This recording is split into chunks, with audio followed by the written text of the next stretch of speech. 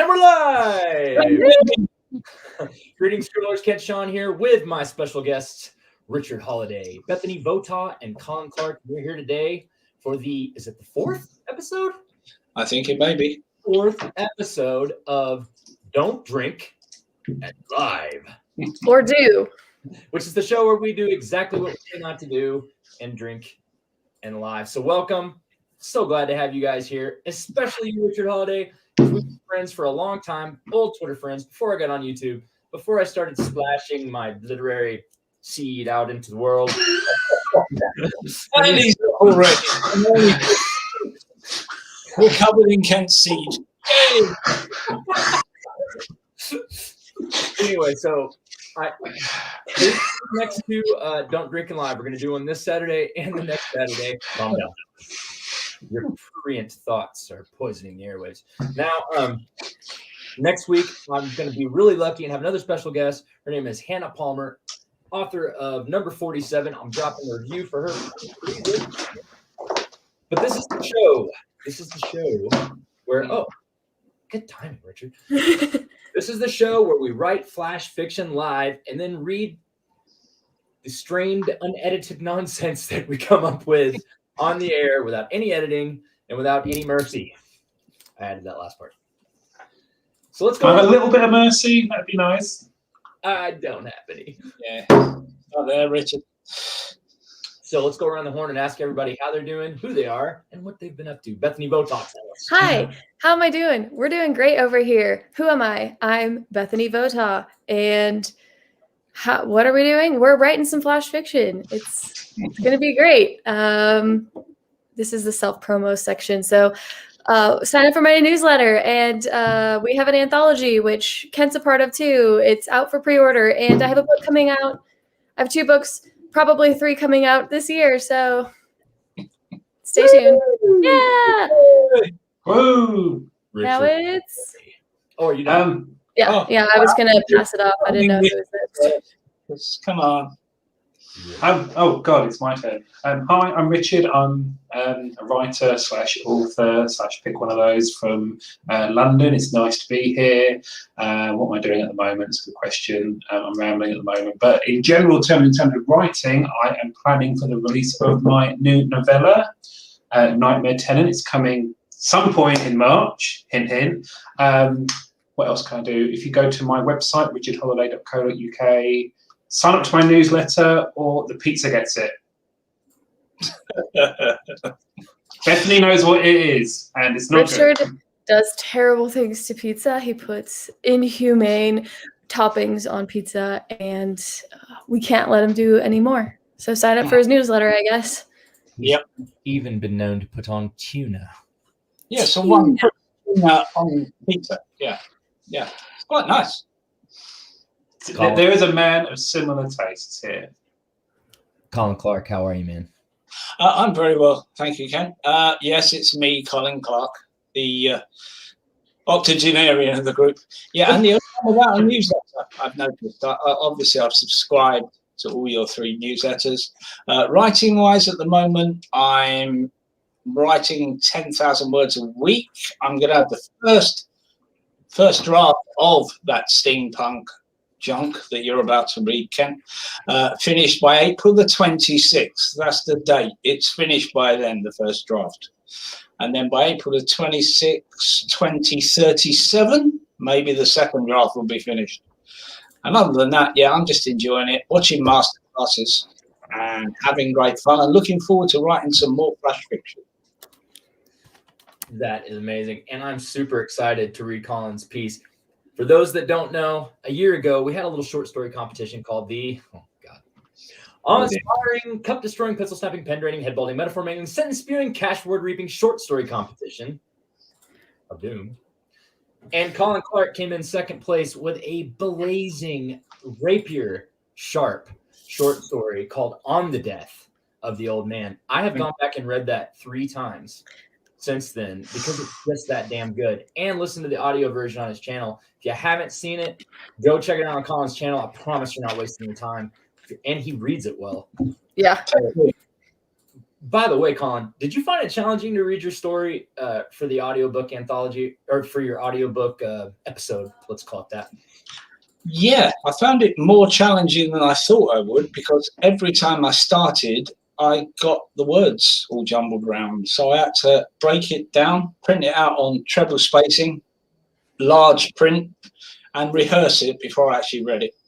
So, yeah, more difficult than I thought it'd be, but I thoroughly enjoyed doing it. I'm really glad you said that, because I am recording the audiobook of my March 1st release short story collection, Evil Grows in the Dark, available at wherever you buy your books, March 1st. Yeah, but I've read it. It's fabulous. All of them. Much, man. But it's available everywhere March 1st, and I'm doing the audiobook myself. And when I first got started, I thought, I'm just going to knock this out of the park because I'm psychotically overconfident. And I was humbled early in the process. I've made it through Lydia and Something Missing with a lot more takes and work than I thought. I took some advice from my buddy Don White, who's here in the chat, who has actually done some professional level over and voice acting work. So nice to see you, Don. It's harder than it looks, but it's so rewarding when you get a piece of your story right and it sounds good. Also, I've got a new final editing process, guys, and I'm going to make myself perform my stories and books, because I was reading them out loud and it highlighted a lot of problems. But when you try to actually perform it like your own little radio play, no one has to hear. You can be all by yourself. You can be in the shower. You can be in whatever dark, weird place that you hide from other people. And you kind of shows flaws in the drama and the narrative if you do that. So I got a new thing I'm going to add to my rewriting process because of that. Good.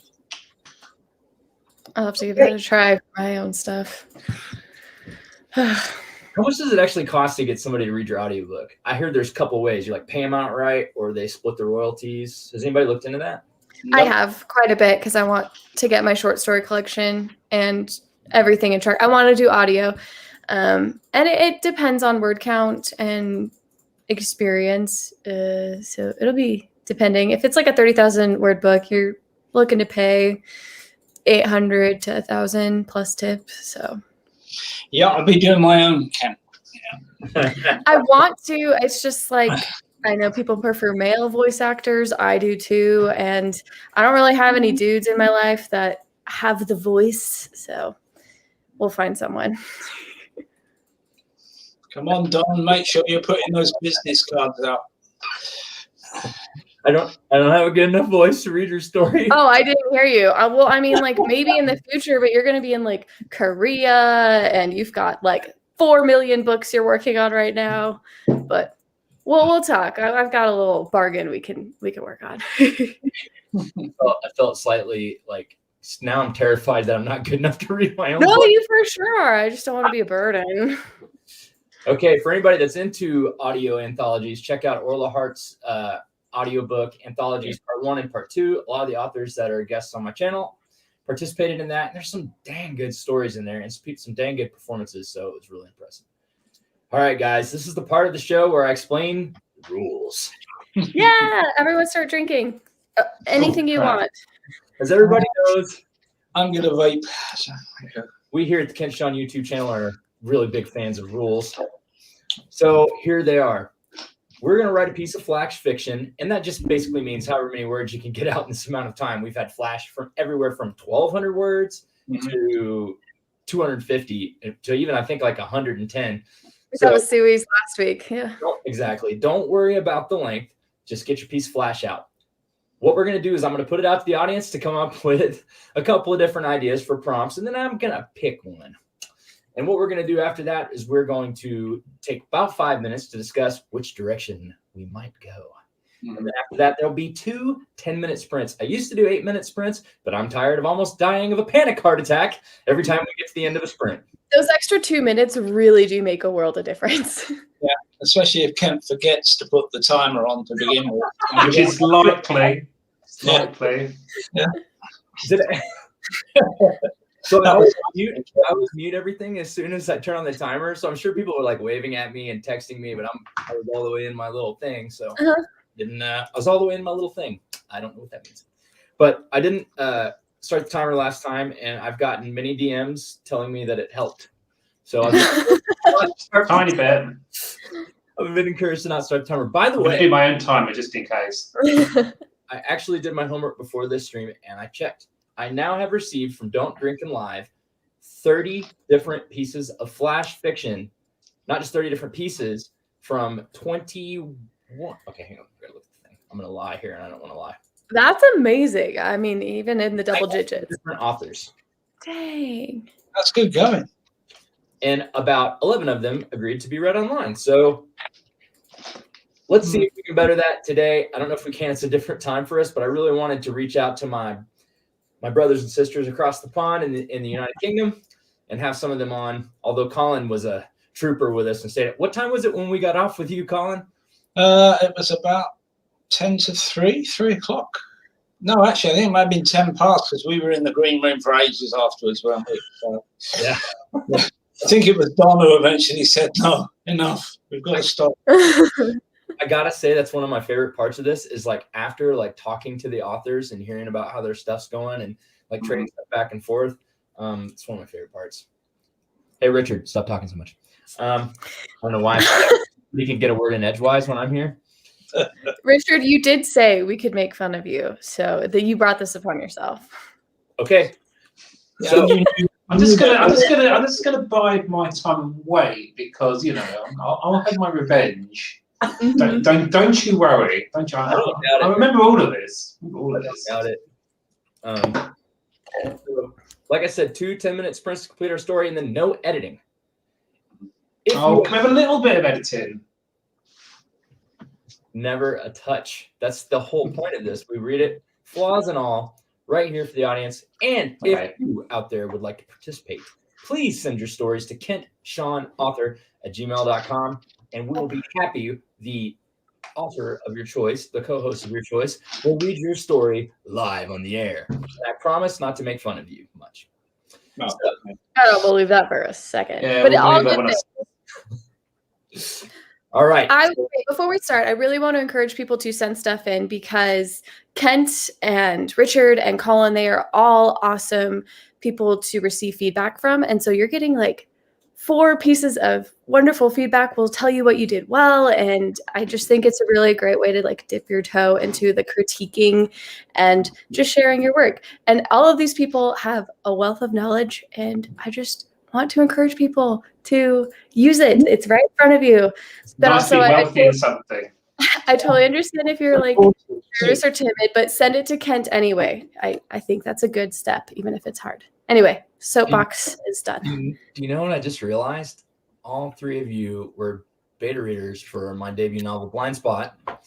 Thank you guys so much for that. Each one of you gave me unique perspectives, unique good and bad feelings about certain parts, which actually really helped on the next rewrite.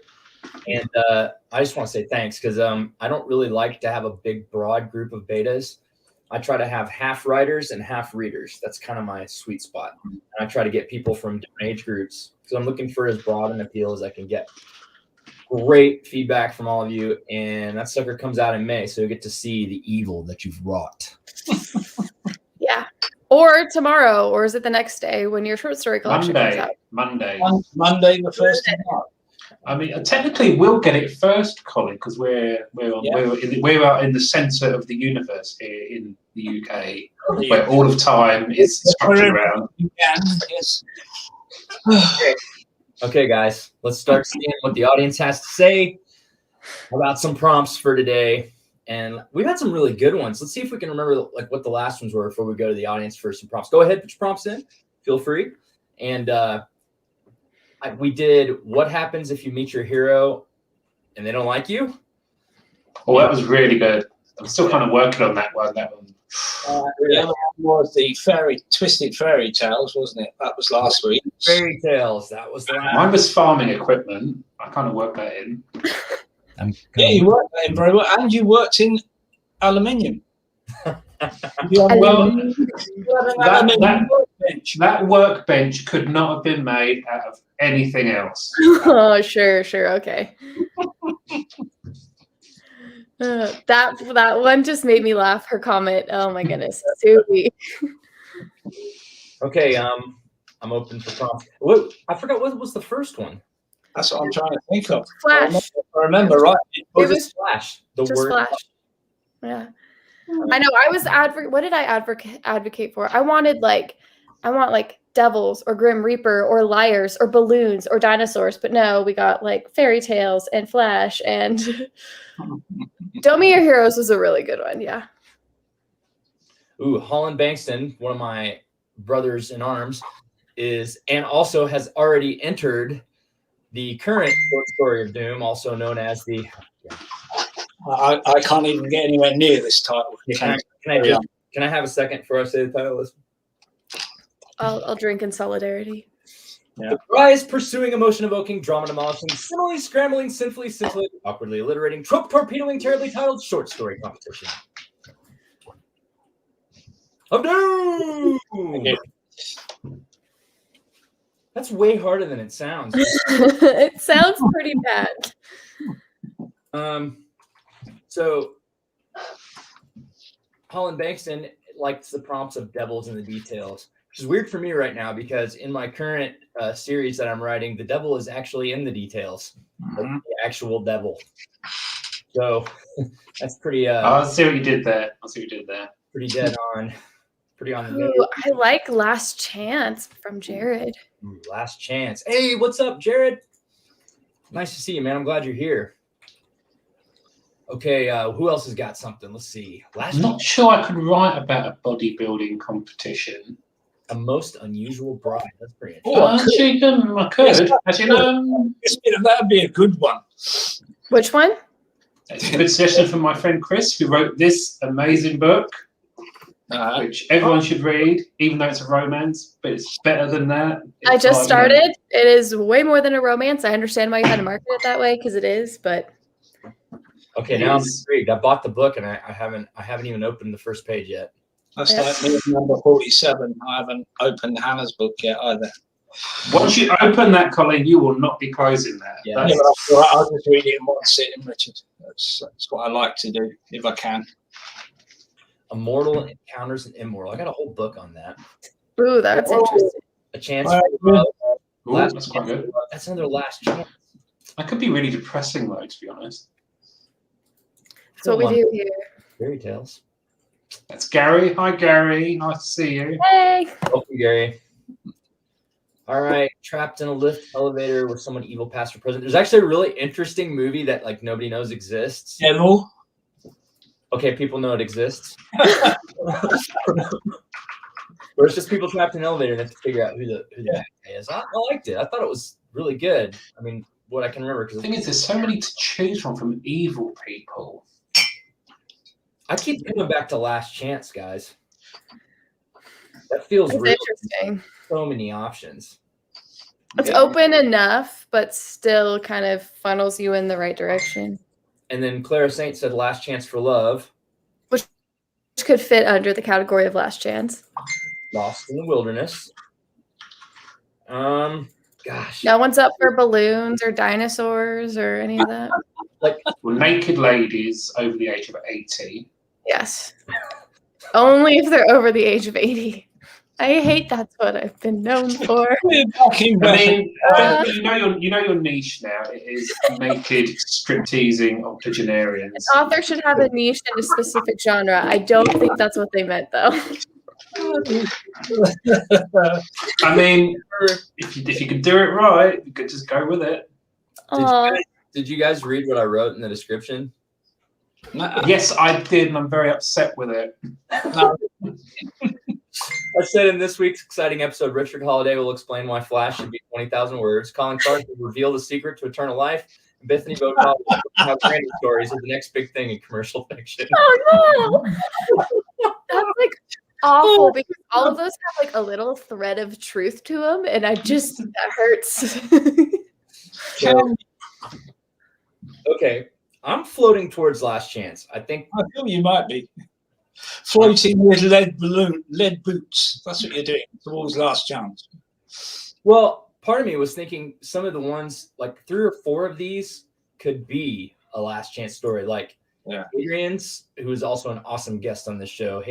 Great. He's always so fun. And by the way, I've read the first 3 chapters of his book, Shadow of the Spark. Yeah. And man, he's on to something. This guy I got to read his prologue like months ago, and I'm still thinking about it. does not read like a first-time author. That's all. Nope. So if he can, I just would encourage him to hurry up and finish. But Yeah, man. Why are you doing that to us? Do the thing. But I kind of feel like Mortal Encounters Immortal, it's like your last chance. Maybe you're on the verge of death or something. Last chance for love is last chance. Trapped in a lift elevator, it's your last chance to get out. Lost in the wilderness, last chance to escape before the storm comes in. It almost feels like it could be all of these. Yeah, true. How do you guys feel about Last Chance? Let's do it. Yeah. All right, I've got a thumbs up from my co-hosts and fellow authors. I'm actually going to be an author in a day. I mean, I'll have a book out. You'll be a proper author at last. Yeah. A proper author. Literally never been called proper in my life, but okay. Now you have to drink your shots with your pinky out, is what I'm told. Oh yeah, I can't do a sprint without a You shot. can't do it with a pint glass of Vimto, but I'll try. This is the cheapest garbage vodka, but I'm being cheap right now because let me tell you, well, see, that's good. Well, Yeah. I'm redoing our backyard. I say redoing. Our backyard is basically a dirt desert. We're doing our backyard, and that's like $8,000 or $9,000. And then book covers and editing are cheap, guys. They're not. There's a dog. Yes. Durzo. Durzo. Cheers, guys. I'm about to start a 5-minute timer where we talk about what we're going to write. What's happening? We're going to do something different. So I mean, Oh, crap. Yeah, I'll do. I can't right. make the task if impossible. As you may notice, there's a cat at the end of my sofa. That's Izzy. All right. I'm going to share my screen. We're going to have 5 minutes to talk about what we might write. Some ideas. You guys in the chat, tell us what you're thinking about, and we'll all try to figure this crazy thing out together. All right, here we go. I'm always nervous when I do this because I've screwed this up so many times. Well, I really like what Adrian said about Oh, no, my beautiful face. mortal versus immortal. I think I'm going to do something with that, like a last chance encounter. I think. So I'm kind of thinking last chance is at the moment of some sort of, immovable thing happening, and he has a chance to go back and change things through some kind of time and space gubbins. Exactly. He has a chance to retake some of these decisions that led whoever to the place they're at. Is that going to be hard to execute in the time limit? I mean, that's world building in that. I'll give it a go. Get your fingers flying. No, I'm not. You said don't start writing before the timer goes off. I got told off before. No, you can't start till the timer starts for the sprint. See, when I was in the chat, I could start before it started. Not that I ever did that. I think have you ever heard of the Make-A-Wish Foundation? I know of it. So you're famous and you're some kid's last wish, last chance to meet your. That's what popped into my head first. I'm pretty sure in this country it was Jim will fix it, but that's kind of no longer a thing ever again. Yeah, it's lost its appeal, hasn't it? Really? Just a tiny bit. Just a tiny bit. Fingers do the walking was also an advert, I believe. What's it called again? No, I think that's right. No, don't Google it. Don't look it up. No, don't, please. That would be hard to do. He's a very nice man. But yes, I have heard of that. So that's really sad and depressing, but I'm curious to see what you'll do with it. It's also more contemporary-ish. Unless you're going to put some sci-fi, fantasy, magical realism twist on it. I don't think I want to work Jim will fix it into my story in any shape or form, to be honest. I better just stick back. No. I think for once maybe I'll try to make this warm and happy and heartwarming. I said warm already. I would love to read your warm and happy story. Just waiting for the twist at the end where it all goes absolutely pear-shaped. Don't do that every story, do I? It's no fun if you don't, though. Many of them. I mean, I like torturing my characters. You should know this by now. I think everybody secretly likes doing that. We're all a little sadistic. I feel like my last 2 stories here have been somewhat positive. This one's not, though. I've already decided. Or maybe. Bit of both.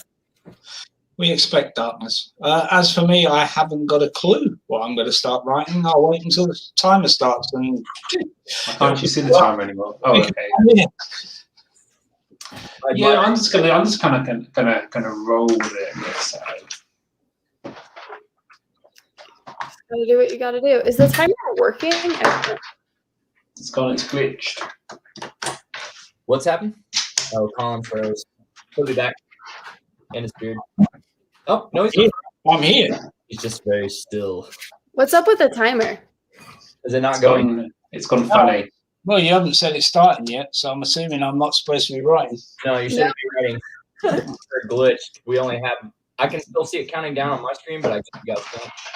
So we're gonna restart it. We got about a minute. And oh my word, it's even more crazy. Horrendous. Okay, I'm going to another camera to back. I'm writing the title of the story. Is that allowed? You know, I didn't even bother to title it. I haven't. Even though with flash fiction, technically a title is like a very important piece because it kind of sets the readers up for expectation. So like, you know, titles are the bane of my existence, but with flash fiction, they need to be carefully and well crafted. But we haven't done that here. Okay. So I hate titles, which is why my chapters are just called Chapter 1, Chapter 2. All right. In my novella, I had 3 parts, and that was quite interesting to do. I did act titles, but no chapter titles in Blind Spot. That's about as far as I would go before sort of losing the will to live. That's an interesting subject. I actually have a bunch of stuff I want to talk to you guys after, but let's get to the sprint and then the flash.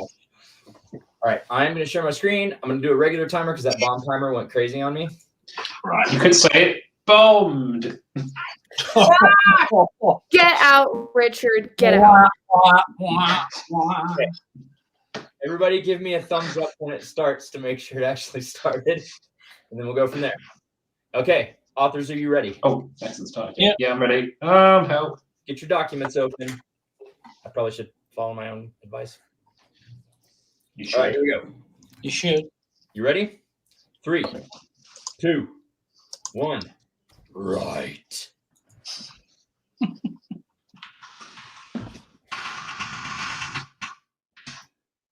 You win awards for typing loudly.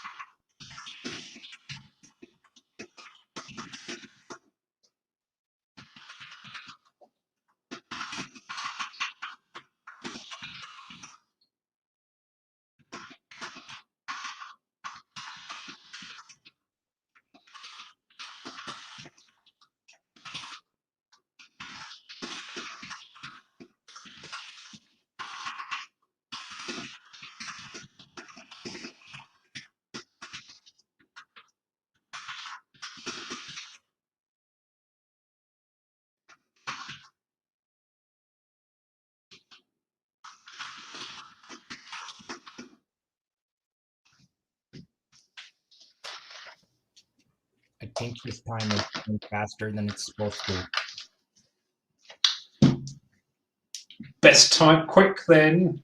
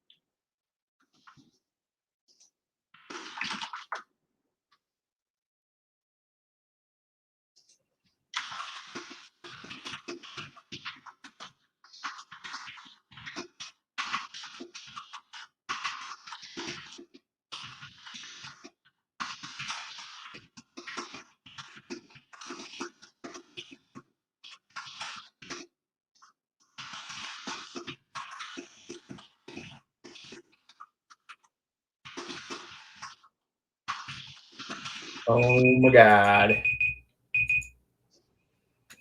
Seems like that happens faster every time that we do this. I know. I feel like my stories are getting bigger. Yeah. Two. How many words we get? How do we do? I don't know. I haven't saved one yet. Just a minute. I'll save it first. 434. Couldn't tell you how many words I've got. I'm in some silly Word document without a word count. So, not I many. got 459, which I was thinking my story would be over, but it's not. How much did you get? I closed the document. That was done. I saved it. Okay, I got 927. What? How many? Ooh, He started Yeah. beforehand. Well, no. Never do. you haven't had nearly enough to drink. Full disclosure, I've been doing like a speed up your writing like practice training program thing, and I'm averaging 2200, 2300 an hour right now anyway. But it's messy. It's super messy. Yeah, the next time I'll open a document in Scrivener and write in that because I can't see how many words I've done yet. I have an insane amount of typos and stuff, so hopefully I can either have enough time to fix them before I send it to you, or No be able editing. to read through them. Would you? Is anybody close to the end? Is anybody like I'm about halfway through mine-ish, kind of, maybe. Who knows? Yeah, I feel like I'm 2/3 of the way there. I know how I want this to end. I've got a good idea, and I'm quite liking this kind of weird concept I've got going on, which is not usual for me because usually I hate everything I write. I haven't got the faintest idea where mine's going, or in fact where I am. It's a mystery to me. We'll find out next time. Well, I'm kind of scared now, but I'm enjoying this. This is good fun, though. I'm slightly concerned that I don't know how this ends yet. I feel like that's just you, though. You're going to be like, here's a terrible twist no one's expecting. This works. That's predictable. Okay, here's the thing. Kent was helping me plan / plot / critiquing some of my ideas for a tracker prequel. And the dude has some messed up ideas. Absolutely great. But yeah, you'll read a Kent Sean book and never expect the ending. Not to like set you up for some extra pressure, but it's true. I kind of don't want to get stuck in a thing where I have to come up with a surprise ending all the time, though. That could drive you crazy. Yeah. Okay, you were my alpha reader for Charge, Bethany. Did you make it to the end? Yes. Didn't have a surprise ending. It didn't, but it was so satisfying. Sort of. I want more. Ending that's not a surprise ending. Okay, you can do it. I'm talking about the short stuff, but like also Blind Spot. Yeah, wait to read the next one. Okay, so honestly, I've never gotten this much done. Usually I only have like 150 words done after the first sprint, but that's because every single time we've done this, I've gone back and started over. This is the first time I haven't started over, which is concerning me because it worked out good the last few times. Okay. We were talking before we went live about how we've been successful with at least entertaining stories. Not necessarily good, but like entertaining, which is all we want as writers. And so we're like, when is our luck going to run out? Is your luck running out, or are you just... I don't know. This is kind of why I don't do these long sort of 5K days, because I just think if I did a 5K day, I might never write again for a month. So I think I might be just totally dry. So that terrifies me in a way. Yeah, I think that can really be true. And I think that I used to mainly get like 1,500 a day. But what I found is that I kind of refined my processes. It became like exercise. Like my stamina has extended a little bit. I'm still not to 5K. I'm not. I started getting diminishing returns right now. Today was my best day at around 2,500 words, 3,200 today. So I just kind of think of setting like a healthy writing habit, because I wrote a blog post about this a little while ago based on Ben's video about healthy writing habits, which was a really good video, which I would recommend. Yeah, I'll just sort of see how it goes. I mean, my novella that I'm working on, there's a funny story about it. It was originally supposed to be a short story published at Halloween on my website. It was supposed to be 12,000 words, and it's 42. Whoops. And that was the first one I've done using story beats, I think it is. Okay. And I found that I actually came up with far too much story for that book. Far too much story on it. That could have easily been another 60, 70,000 word book, but I had to cut it short somewhere. I now know that I've done 248 words. Well done, that's fantastic. You didn't finish. I came across as really insincere. No, I really meant that. No, that was really good. You didn't last time, did you, Colin? I didn't finish. No, that one has now gone into 2 chapters of a new story, but I put it to one side. Yeah, Just cutting pages.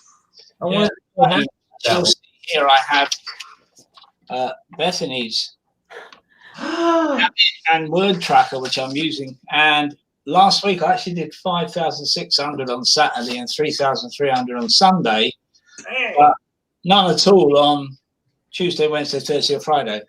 You know, that's fun. I think writing habits should be more weekly. I mean, I'm using a version of Bethany's amazing spreadsheet, which I borrowed and then molded into something amazing and overcomplicated, but it really helps. If it works for you, that's great.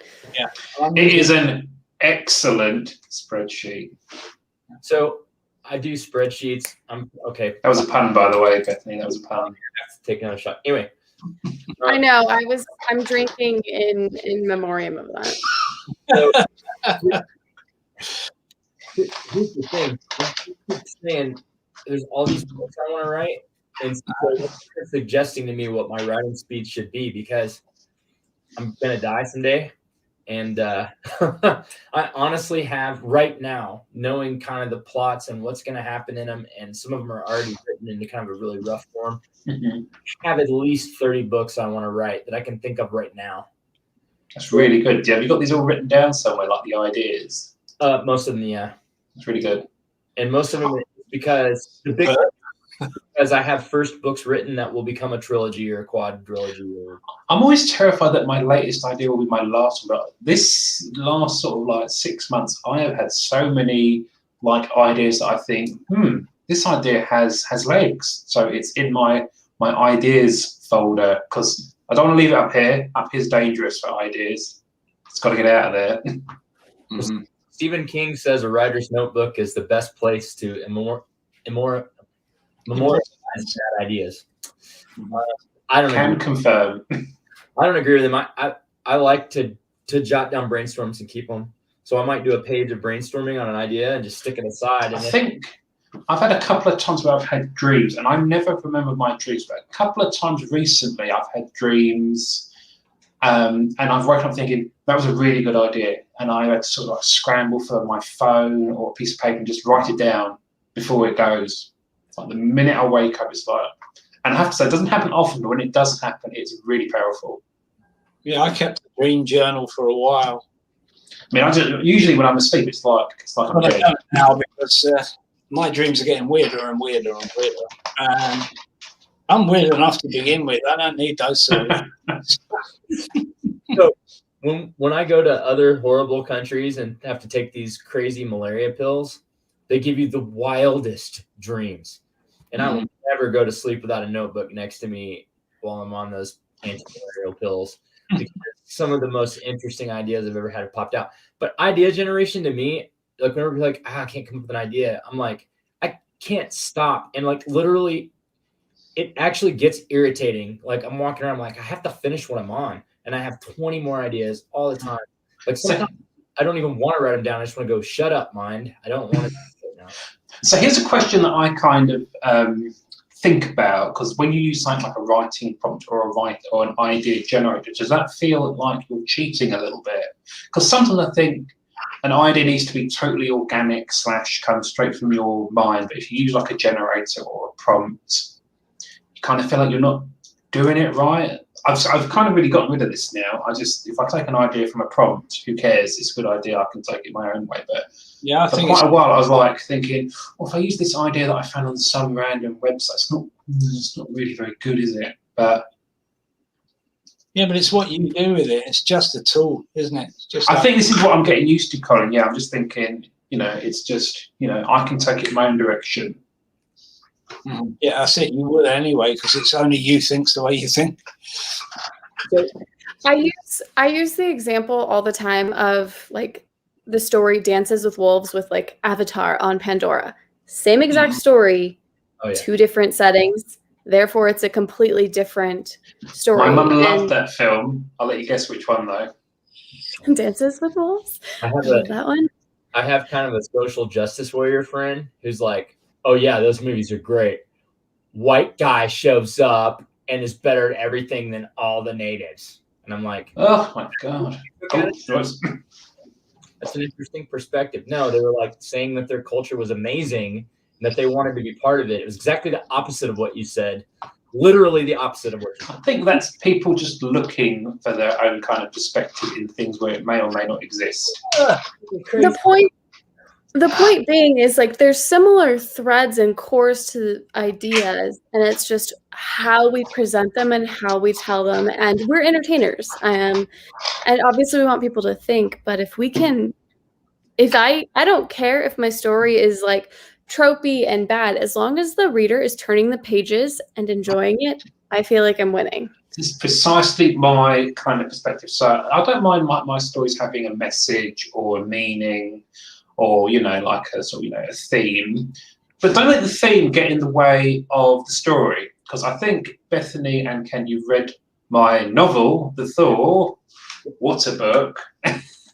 that has a lot of actual themes underneath it. Themes that I was quite surprised turned up, but I didn't let that get in the way of telling a ripping good story, if I say so myself. So, actually, I'm completely with you on that, man. But what I do try to do is when I'm composing something, I always have a controlling idea. I call it the controlling idea instead of the theme. I kind of steal that from Sean Coyne, who wrote the story grid. And the reason I do that is so it doesn't get all like mystical. You know what I mean? Like I just keep it grounded. Like the theme could be nice guys finish last. That's a good theme. Or the theme could be like the theme of all of the Blind Spot Millennium Tower novels is that there's good and evil, and whichever side you pick still might grind you into dust. So like there's no happy, easy life if you're going to be in a war. You know what I mean? Whichever side you choose, it's going to be tough. That's really good. But I don't think about that when I'm crafting the story, but I do. So I know I'm contradicting myself. So I stick the theme up when I come up with like a one-liner for the theme. I'll stick it up over my computer and it stays there until I'm done with the draft, or it goes with me, or I have it up on a sticky on the screen of the computer, literally in my mind the whole time, because every scene should have something about that in it. But I don't beat myself over the head trying to be literary or trying to be. I think the worst thing you can do is when a book stops the plot or stops the action to think, okay, we've had enough fun now. We need to lecture the reader at a point we are really trying to make. It's like, stop having fun. It's school time. Let's tell you how awful you are unless you think this, and this. And I don't want to do that. I don't mind seeding in the background. I think a meaning like that, it should be there for people who want to look for it or who can sort of pick up on it. But you can have the sort of general reader who just reads it and is blissfully unaware, and that's fine too. Yeah, it's like that David Badachi, is that his name? Badachi, yeah. Yeah, the one that's Masterclass was one of the ones I watched this week. Is the fact that he says that when he's going through and editing, he boxes out the things where he says soapbox moment, because that's the bit when he's doing the first draft, when he's being preachy, and he cut all out immediately because they don't do anything for the story. In some of my early drafts, I've had some real big soapbox because I kind of want to shoehorn my own kind of views in sometimes, which is never a good idea. I mean, actually, my book, The Thaw, actually has a lot of views which are kind of like the opposite of what I hold on a personal level, but that's fine too. It's good to kind of explore those. Oh, I like doing that. If everything I say reflects me, then I'm a pretty shitty mirror. That's why I'm always telling people, and this isn't a controversial thing, I always say that if you really want to be a true artist, you need to be as apolitical as you can be. You need to be able to reflect both opinions.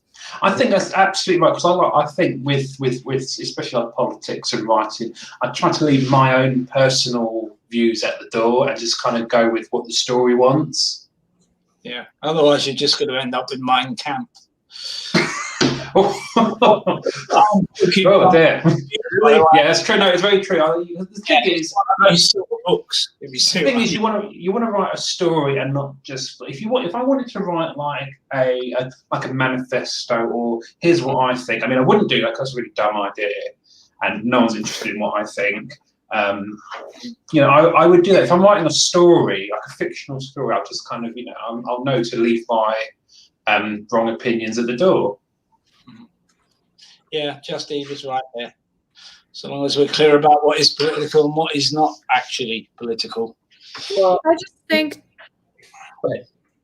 just don't stray away from the core idea of your goal is to entertain the reader. So if you have a compelling plot and story and compelling characters that, your readers care about, you're good. And in order for readers to care about the character and the plot, there are some real life ties, some real life events that usually have to be implemented. I don't care if it's sci-fi, fantasy, the problems that they have in the fantasy world, we probably have in this world too. It's just a matter of execution. And going back to like the notebook idea, I have a notebook dedicated to short story and flash fiction ideas, usually one sentence bullet points of just either an idea, a line, or something I want to make the readers feel. And I just go to it when I'm feeling stuck in a rut. And it all goes back to, what do I want to make the readers feel? Do I want to make them feel uncomfortable? Do I want to make them feel hopeful? And then you just expand on that because you want to connect with your reader in some capacity. And in order to do that, you have to do some real world stuff. Yeah. You also have to, I think Kent was saying, apolitical, which means, you may have characters in from the far left and the far right. Absolutely. Hero, your protagonist might not be from either of those things, but you're still going to get that influence from those characters. That's going to be their point of view. And you've got to be able to see their point of view. Even if you don't agree with it, and hopefully you'll kill them off before the end. I have something to say about that, and before we start this next sprint, and it is, we need to get to it before I forget what I was writing about. But the most boring person ever is a person that you can tell all their opinions by what party they align with. So if you have that's a caricature, not a character. Yeah. Thing without depth, they're flat and featureless. It's one of the most annoying things about people in real life is they say, I'm a Republican. I'm like, I now know everything you think. You can just shut up for the rest of your life. I get that in this country too, which is why I don't really reveal my wrong opinions outside of people I really trust, because it's not worth the. It's not being funny. Politics, especially with the internet, who has time for that anymore? I mean, I don't tweet politics. That is like my number one rule. Don't tweet politics. I just think, I can't talk about politics, but it's only with a select few people who I don't want to never talk to me ever again.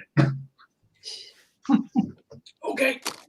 I just want to say, on a different topic entirely, I have literally just received some feedback on my novella.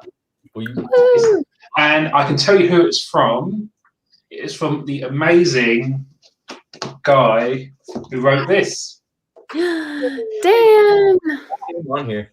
What an absolute legend. Maybe I'll hunt him down for next week, see if he'll come on. I'd love to pick his brain. I really wish I'd read. I think I want him next week, so you can keep your hands off Ken. Putting my hands on any of you, so don't worry. All right, here we go. Lightning Smith too. We gotta finish these stories and we gotta read them. I feel like I have to reread what I wrote. I don't remember where I was going, what I was doing, who I'm talking about. I don't know. And I'm seriously concerned that I need at minimum another 600 or 700 words to finish this thing. Okay, good luck. Good luck, everyone else who's writing in the chat. Yeah, good luck. All right, I'm getting ready here. Be very careful that I actually start this timer. Or don't. It's okay. I don't think I would mind extra time. Yeah, you can start in 20 minutes or so. Whoa. going on here? Oh dear. How's everyone doing? I hope everyone writing in the chat is doing just as well as we are, which, based off of what we just talked about, is mediocre at best. Spoilers. What happened? You just put your in progress writing up instead of the timer. Ah. Well, At least while Kent's doing that, I can get my paragraph spacing right. Yeah, I just had to go back in and quickly put mine in double spacing. I've double spaced mine, and I've put my first line indents in because, you know, details matter. Yeah. I don't know. Hey, I came up with the title. I'm just saying. That's good. I've just got to come up with a story. This is classic procrastination. I'll worry about the font or the spacing instead of worrying about the story. Easily done. Yeah, I mean, everybody knows there's no way you're going to, I mean, there's literally no way you're going to get all the bells and whistles right in this amount of time. Like, there's no way. Oh, yeah. I think slapping an idea down is just fantastic. I'll be honest, I've done a writing group earlier today and I was chairing it and I did a writing prompt and some of the responses we got were really, really good. So I'm really kind of getting into this now. So That's awesome.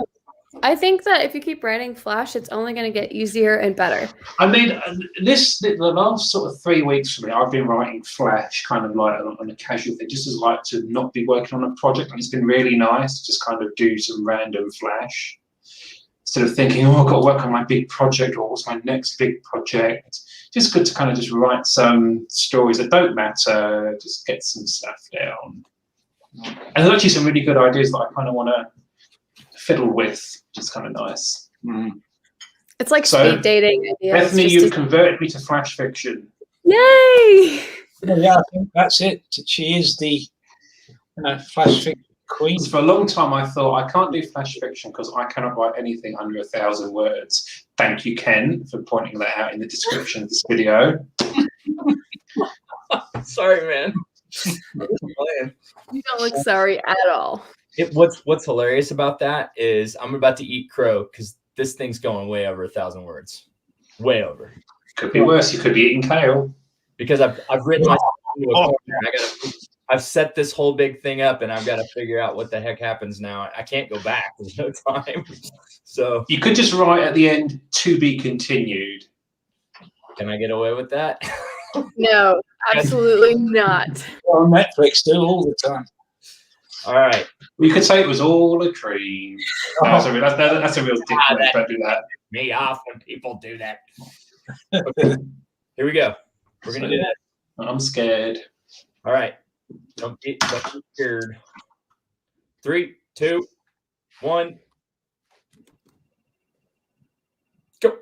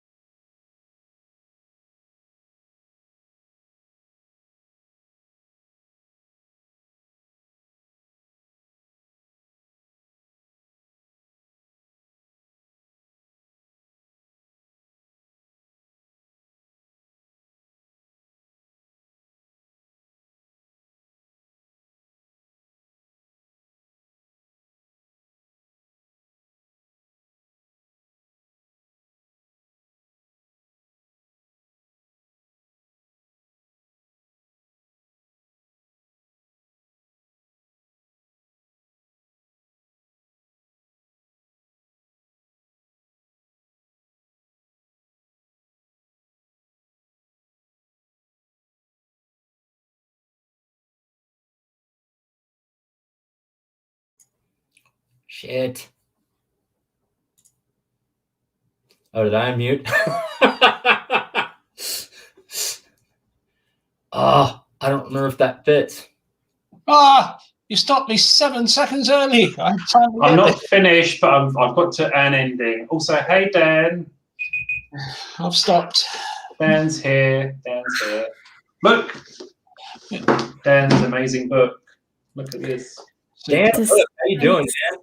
The minute you said, "Oh shit," I stopped writing and came out of Schooner. 9 seconds to go. That's my excuse, and I'm sticking to it. Man. I Okay. come up with a really actually kind of like poignant. Nice to see you, Heather. I'm actually really proud of this one. Okay, I don't know if I am because I can't remember what I did in the beginning, and I was so deep I had to get to the end. I thought getting the end was more important than making it fit. So the end and the beginning may not match. I needed a name also, so I've had to pick one from the chat. Who did I pick? Beth. No, I've already had a Beth in one of my I know. stories, and you know what happened to Beth, don't you? I do. I hope that wasn't like meant to be a personal slight, but Certainly not. Well, I always seem to kill off my people ending with B. Beth, Burton. I haven't got a third one for that one. You're not over that, are you? no, does it look like I'm over it? I was Team Burton all the way, and so was Dan. Oh, Dan. Bless him. I'm Right, I suppose I sending better it- send this to Ken. So, where did you guys end up? Like, how many did you get? I should have told you that. Wait, I got over 700 words. Are they Oh, good God. words? I don't know. I don't know. I have another thing to drink, so maybe they'll be better after that. I don't know. I don't even want to say. Mhm. I got 844. And I got 537. Okay, I vowed I would get over 400 this time, and I got 1,600. That's really good. I don't Well know done. so. I don't know that it is because I don't remember if the first part's going to match with what I ended up doing because I had no time to go back because I was just typing as fast as I could. So I had time to italicize one thing that I wanted. That was it. Italicized. Oh, you sneaky fox. Oh, So do I have to Laurel, what read- did you do I- do? Do I have to read my own story? Because I really don't want to. I mean, I don't know. Who do you want to read it? Well, I might give Bethany a break. Or Thank should I? you. Actually, I'm just trying to email mine now. Okay, yeah, I gotta put that up on the screen. So if you want me to read your story online or one of these amazing hosts, please send your story to Kent John Author. You should I have put mine. the I said it was .con instead of .com. Con. So just adjust as needed. I tried typos. They come in. I can't stop them. For some reason, mine is taking its sweet time to attach. I've had some weird moments in sprints, like 20-minute sprints, where I've gotten 2,000 words. But I don't think I've ever written a piece of Flash this fast. So, and that's this long. By the way, I've just pasted mine in the email. That's what I did. That's perfect. Mine is 766 words, and it feels really long. Hopefully, when I read it, it shortens up. Mhm. When we were 3/4 of the way done with the first Flash, I was looking and I'm like, am I on page 3? Like I couldn't. I'm really concerned that I lost track of what I was doing in the beginning. Just wandered off into the weeds somewhere, but we'll see. We knew this was going to fail at some point. Maybe this is the time where we all just kind of are like, okay, audience, salvage this. Okay. I actually got near an end there. I feel mine could go for another like 800 words. I was Oh, going to that's get into that. At least another 2 pages, but I sort of let's get an ending if we can this time, just not the beginning. Mine's a bit of a cliffhanger. I feel like I want 10 minutes to go take 800 words out of this. Oh dear.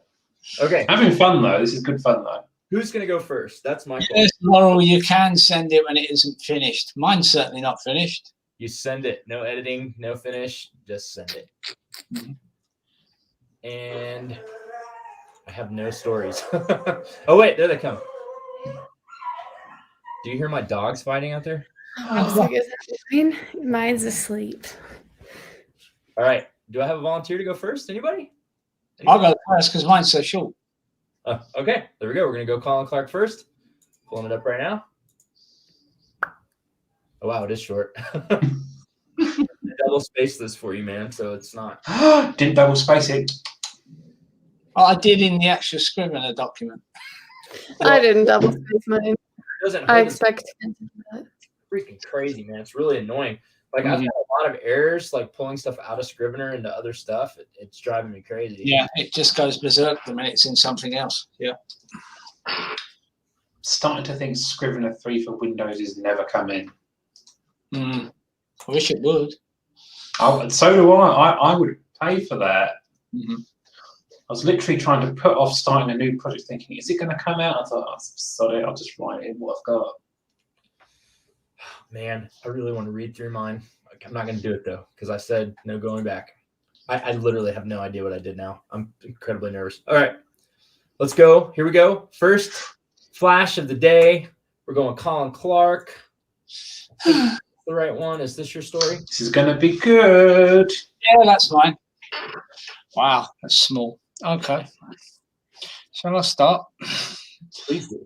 Are you going to scroll up when we get to the bottom, Ken? Yep. Okay, then. There was no time to worry about what she felt, no time to ask why or when or who and how. Now there was only time to run, to follow the old man through the blanket of snow. Snow? It was August, for Christ's sake. August in England. I know the British weather's a pain in the arse. Her mother's words came back to her. We don't have a climate in England, darling. We have weather. Stop thinking, stop questioning, accept the way things are, follow the old man. There he was, 15 paces ahead, ragged and flapping like a dying crow, wispy grey hair streaming out behind him like someone had exploded a party pepper on his head.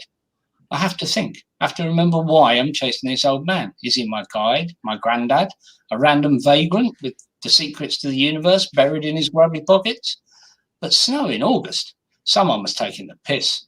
Someone who? Was it just her, or was something wrong with this picture?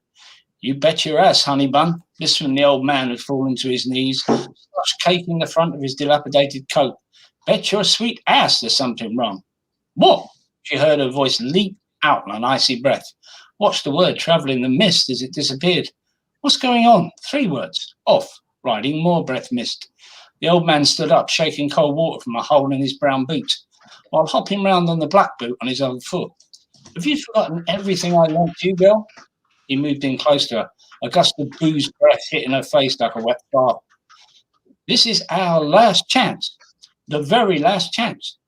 She breathed in second-hand hooch, coughed and glared into the old man's rheumy eyes. What are you talking about? Who are you? Jack, it's me, Jack. Good old Jack. Jack's back and it's time for us to get gone. Nope. Oh, she heard the name, heard the sing-song way he spoke. She still couldn't summon memory. Wait a minute. Her mother. She remembered her mother. Where's my mum?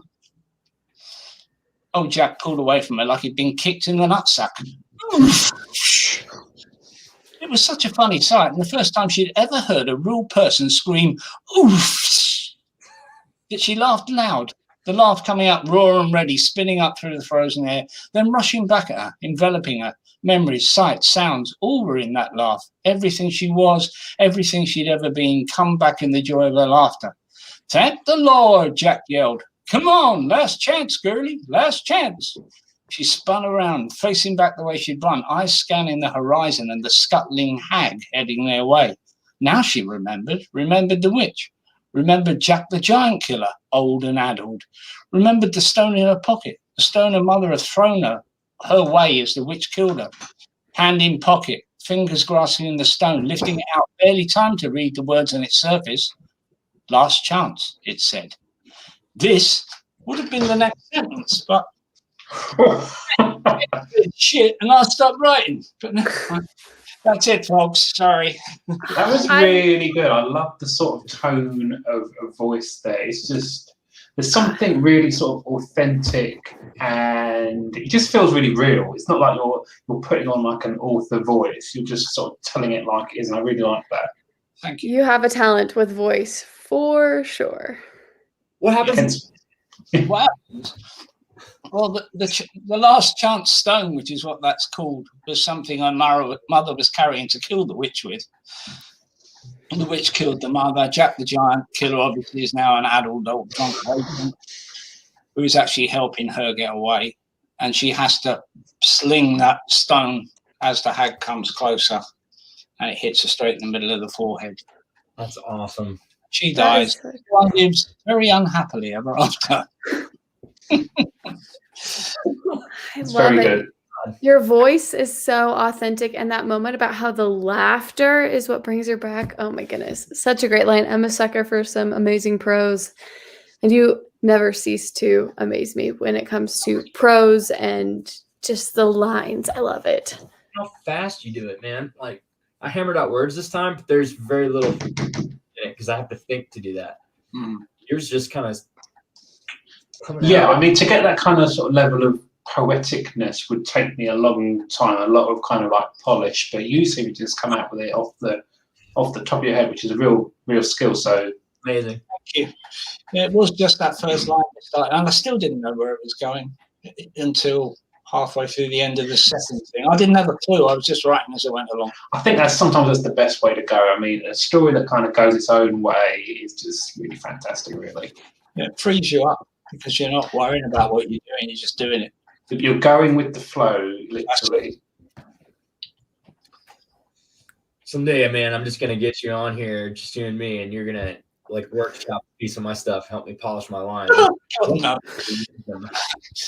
See, it's easy for me to do some stuff, but criticizing other people's and picking out. Very easy. Oh. Yeah, I can pick the good bits out, but I couldn't actually say to somebody, I don't think it wouldn't work for me, perhaps. I have to say, when I was reviewing,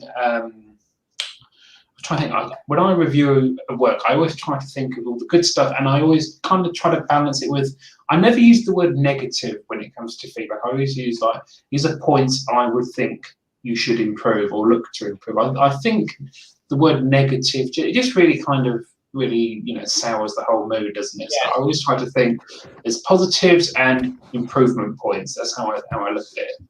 And I always try to find one, even if it's like a very kind of like minor one in a way. It's like I'm trying to find faults, but sometimes the fact that I have to look really deep for those kind of just shows how good a piece is. Yeah, I just usually enjoy everything I'm reading so much that I have to go back and read it a second time to actually read it as a writer and not a reader. I just enjoy other people's stories. That's really good. I mean, that's my approach to Bethany's collection at the moment. Is I just want to read it, and then I'll go back and add comments. And that's what I did with this. In this book by a dear friend of mine, I read the draft he sent me of this in an evening. Literally could not put it down. I thought, then I'll go and do the comments, and it worked out really well. But I think that's going to be my approach going forwards. Kind of depends on who I'm reading for. So if it's someone I know well, I know. He hasn't paid me, by the way. I bought this. I did too. I haven't read it yet. He's on my list for my indie author Spotlight of Doom. Hannah's next, Benjamin Milnes after her, and then I think I'm getting kind of UK heavy here, man. I should probably do some American authors. You'll start driving on the left soon and using aluminium. Never. And walking on the pavement and not the sidewalk. I have Oregano in your food. Oregano. Oregano. Even I call it. Is that the new aluminium now? Is it oregano? Oregano. What the hell's a zucchini anyway? Zucchini. What is a zucchini? I think that's a courgette. That's it. It's a courgette. I knew it was something silly. Get out. Kent, kick them both out. Can't do it. I have to do it loud. All right. I still assume that we're both not drinking alcohol, so we're like this normally, folks. sorry. Oh, Yeah, God. I've got no excuse for my abysmal behaviour. It's not alcohol fueled. It's 100% lucid. I am like 6 shots deep, so get on my level. All right, here we go. I got a Holliday piece called Polaroid Memories, and I think that should be next. So who's gonna read it, Richard? Do you want me to read it? Bethany, I will read yours if you read mine. I want to read mine because I'm gonna read through all of the typos.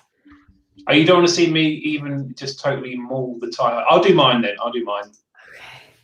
I just want to like salvage mine any way that I can. After read Kent's. I will read mine. Okay, here it comes. Any second. So I've got it here anyway.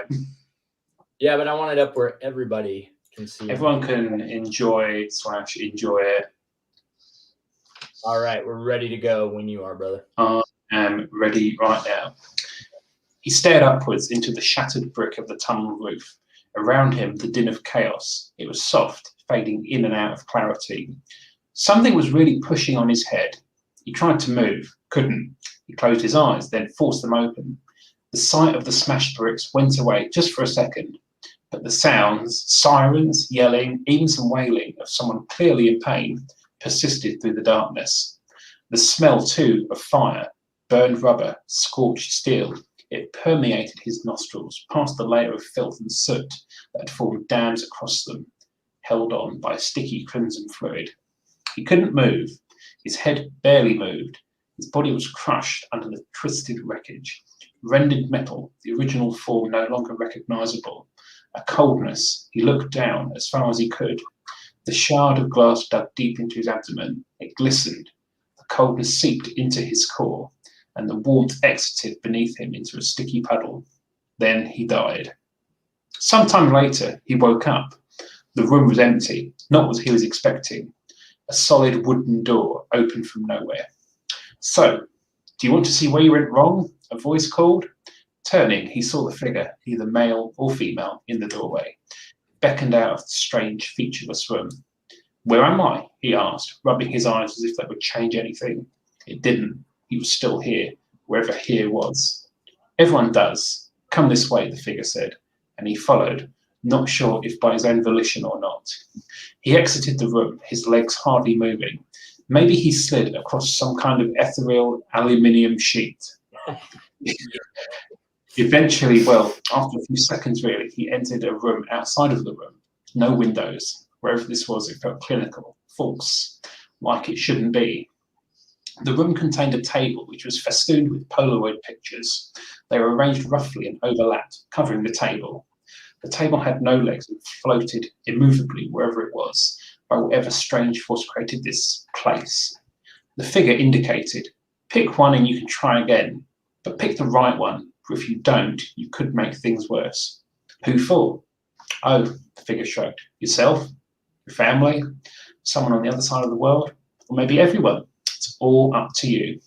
Oh, he sighed and rolled his shoulders, a common move for him in this situation, and he placed his hands out to sweep the Polaroids into some kind of order. What the? He said. The pictures on the table. He recognized them. The ones on the top layer were more vivid, getting on the train, deciding not to go to the pub after work, ignoring that call from his wife. They were all from that evening, day, time, whatever. The square pieces of plastic were what he remembered. Then he realized these were memories. Picking one up, he examined it. It was a view of the platform information screen at the train station. He picked the wrong train, the one that would crash. Turning to the strange figure, he held it up. An obvious choice, the figure said. Could be the right one, but look deeper. Don't you think you could do better? He nodded, placing the memory down. Another one from that evening took his mind. It showed his finger over the decline button on his iPhone, the contact name Sarah appearing above it. His finger ran circles over the glossy paper. You're wondering, if you'd answered, maybe she may have persuaded you to go home. No, the man said. I didn't want to speak to her. She'd done my head in all day. Doing what? At that point, the man didn't answer. His eyes were drawn back to the table. With a sweeping gesture, he cast aside the first couple of layers of Polaroid memories. Then he saw more, visages of memories that made him wince. Some were winces of embarrassment, his wedding day, that time the car broke down on the motorway full of luggage and an irate fiancée, even when he got bollocked at work for something he didn't even do, but were funny after the fact. But some brought up winces of pain, finding out Sarah was pregnant, the joy that brought up, and then the pain that followed that memory. Surely it wasn't here, he gasped, finding a memory he didn't want, the one that he'd hoped to have buried forever, one that would have been sewn to the ground the moment he died. The heartbreak of finding out that little Siri wouldn't ever meet them. She never had a chance. There were stacks of Polaroids around that one, but the main one, he reached for it, just wanting to touch it, but it was stuck to the table. Some things we can't change, the figure murmured. Some things have to stay as they are. Now keep looking. This really is your last chance. Bravo. Oh, Richard, that was a whole new level of writing I've seen from you. My goodness. Oh, there was like so much tension in that little piece, and Got aluminium in there. got aluminum in there. What was your like kernel of idea for that, Richard? So I think the idea is that he dies, but he gets the chance to go back. And then kind of develop that idea of like if he picks the wrong memory, it could have like big repercussions on everything. Like if he just goes back to like the obvious one, like, oh, I'll change what train I got into. So it's kind of like the idea that he has to go back and sort of change his whole lifestyle. Like there's one core decision that set in motion all these events that led to that, and he has to go back to that. Kind of sparked a couple of like things of recognition in me, which is something that good writing does. It makes you recognize something that you care about. One of the things that hit me, well, two things. I'll give you two things. One was stakes. So when he said about you, about anyone, about everyone, you established like gigantic stakes in that moment. So that was nice. I really appreciated that. The second thing reminded me of something I'm always telling everybody when I try to put it in some of my writing is that every second is another chance to turn it all around. Every second of every day, every minute of your life is another chance to be another you, to be a better you, to change things around you, to change the way you communicate with people, all that stuff. And I kind of felt there was some of that tension in your story, and I enjoyed that. Thank you. Oh, you're welcome. It was such a complete story, and written in the same amount of time it took me to knock together that little bit. But yeah, I think once I got going, I just kind of thought, oh, this is quite a juicy one, and that kind of makes you accelerate in a way. It's just the way you got there, and it just looked. So I mean, I don't think I got to the ending because he didn't actually pick the right memory, but maybe, who knows? Mm-hmm. I just kind of thought I'd end on a pithy kind of, end point cliffhanger. Mm-hmm. Loved it. Do you guys find, so I've been tracking my words per hour, and it's all over the place. It lands up. Oh God, like 25. no.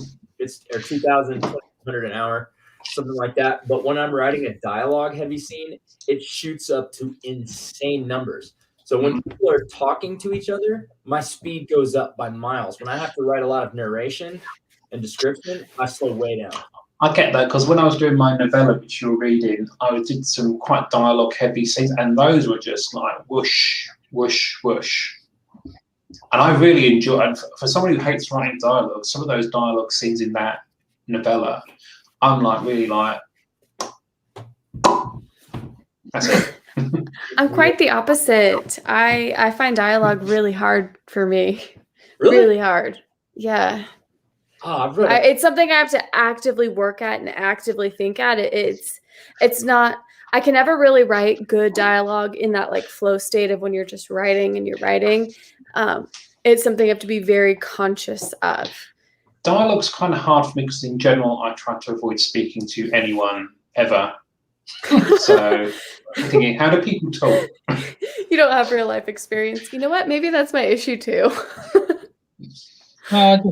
Dialogue's absolutely dead easy to write. Good dialogue, however, that takes me much longer because I go back in it and cut out all that twonk stuff that I've put in there. I think you've got to kind of keep dialogue to the core things, but you don't want to make it like because some dialogue you read, or even like when you see it on like TV, you think this dialogue is so kind of like forced, but you don't want to kind of do the whole "Hi, how are you? Did you get the shopping today?" Blah blah blah.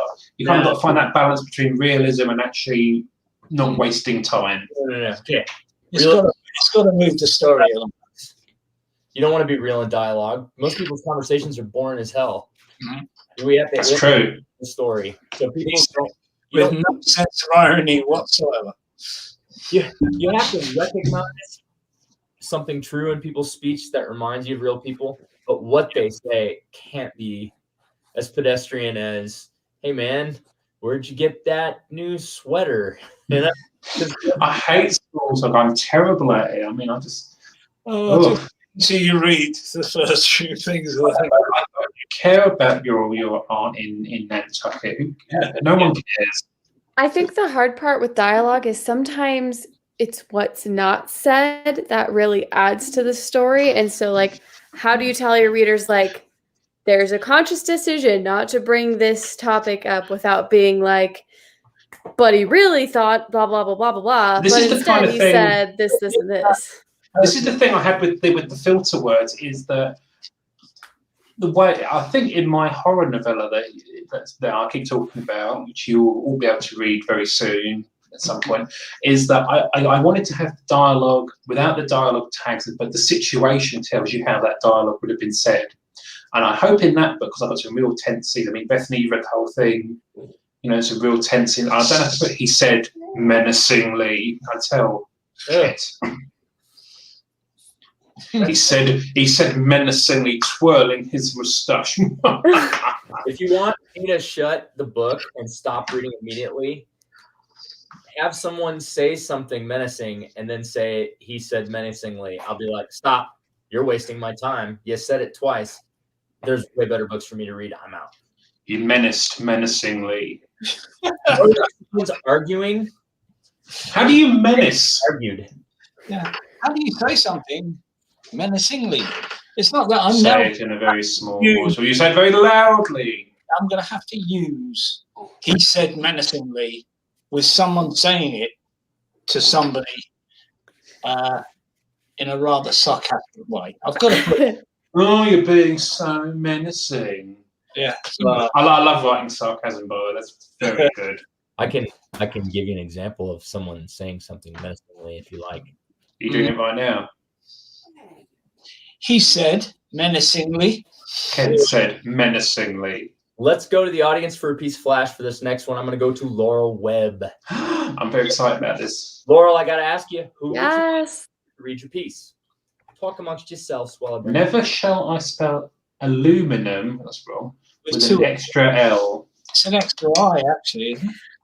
Laurel's been doing flash fiction February, where every day in February she writes a piece of flash fiction, and it's been super fun to watch. And so now It's she's really like, good. I need to catch up on that. she said she's like, her version of like what a short story is like kind of skewed now, because she's like, oh my goodness, my story's so long, it's 1,200 words, and it's because she's been writing so much flash fiction. I love it. It's really good. Okay, do we have a volunteer to read Laurel's piece? She doesn't care. I vote you, Kent, because I've forgotten how to read. I'll read it. Forgotten how to read. I like reading. Oh, bless you, Bethany. You do amuse me. You do amuse me. Well, that sounded a lot less creepy in my head. Didn't sound creepy. You're good. You're good. He said menacingly, you amuse me. Your ignorance amuses you. I mean, that's the sort of thing that's going to get me arrested, isn't it? That's not hers. That's Colin. That's my one. I thought, my God, don't tell me Laurel's used an old Jack and got kicked.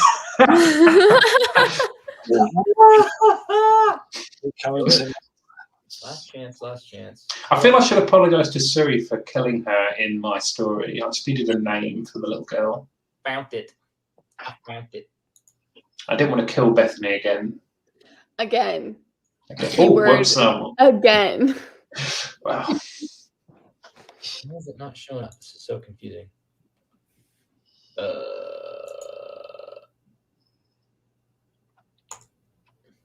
All right, I'll just share my whole screen. Here we go. Oh God. My entire screen.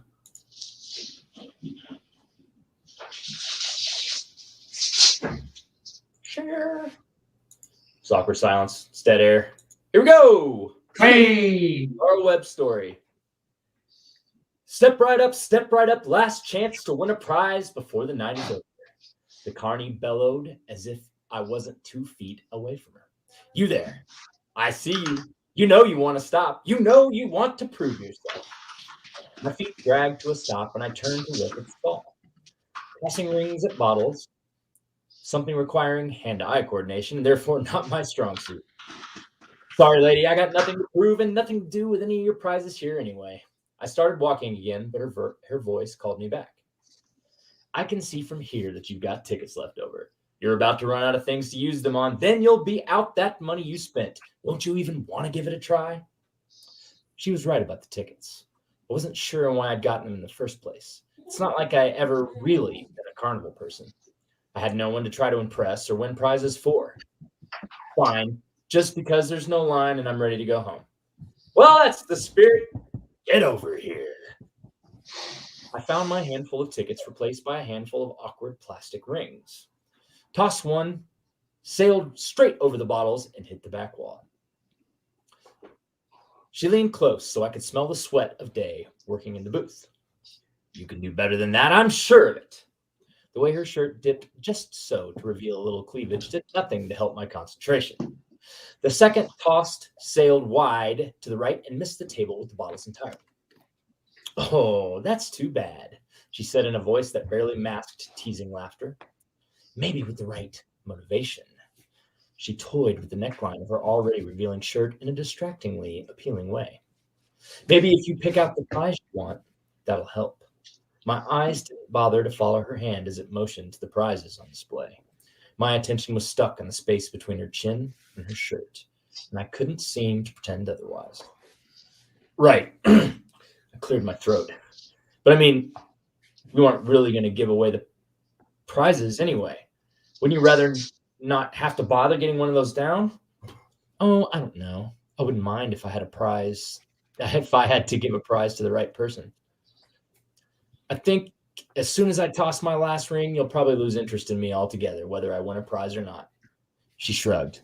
Maybe. I guess you could hang on to that last ring a little longer to ensure that you keep my attention. Ooh, that was juicy and slightly suggestive. Steamy, Laurel. Oh my goodness. I don't think my innocent eyes should have read that. Okay, Laura, where are you going with that?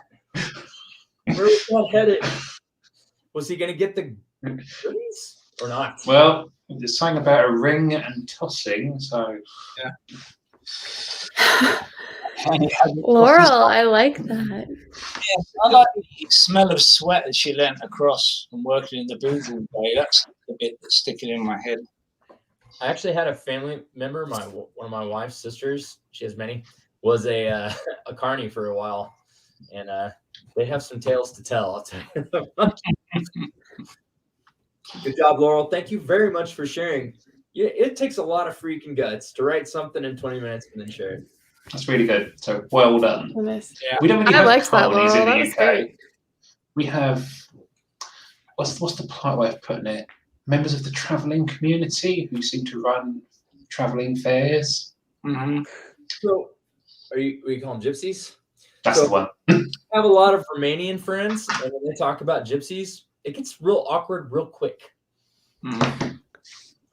They're not fans. Yeah, that's. Okay. I think I'm gonna go next, unless Bethany wants to go. Laurel, You I got it. think there should have been some definite sort of, payoff for that tension. I'm a So little. they held the ring together and sailed off into the moonlight. That wasn't my best. Ignore him. He held her ring myself. Well, Yeah. oh dear. Well, if she's into having a ring held, who knows? I mean, Okay. that sounds like the song that make your eyes water. I've lost control of the stream completely. All right, I'm gonna attempt to read my own here, and I'm gonna be perfectly honest here. The first, I wrote like 900 words ish on the first sprint, which I've never written that fast. Well, no, I have, but I literally can't remember what's in the beginning because I couldn't go back and look at any of it because there wasn't time. So What a surprise! If I wander a little trying to read this, I apologize in advance. Okay. Remember how we said no?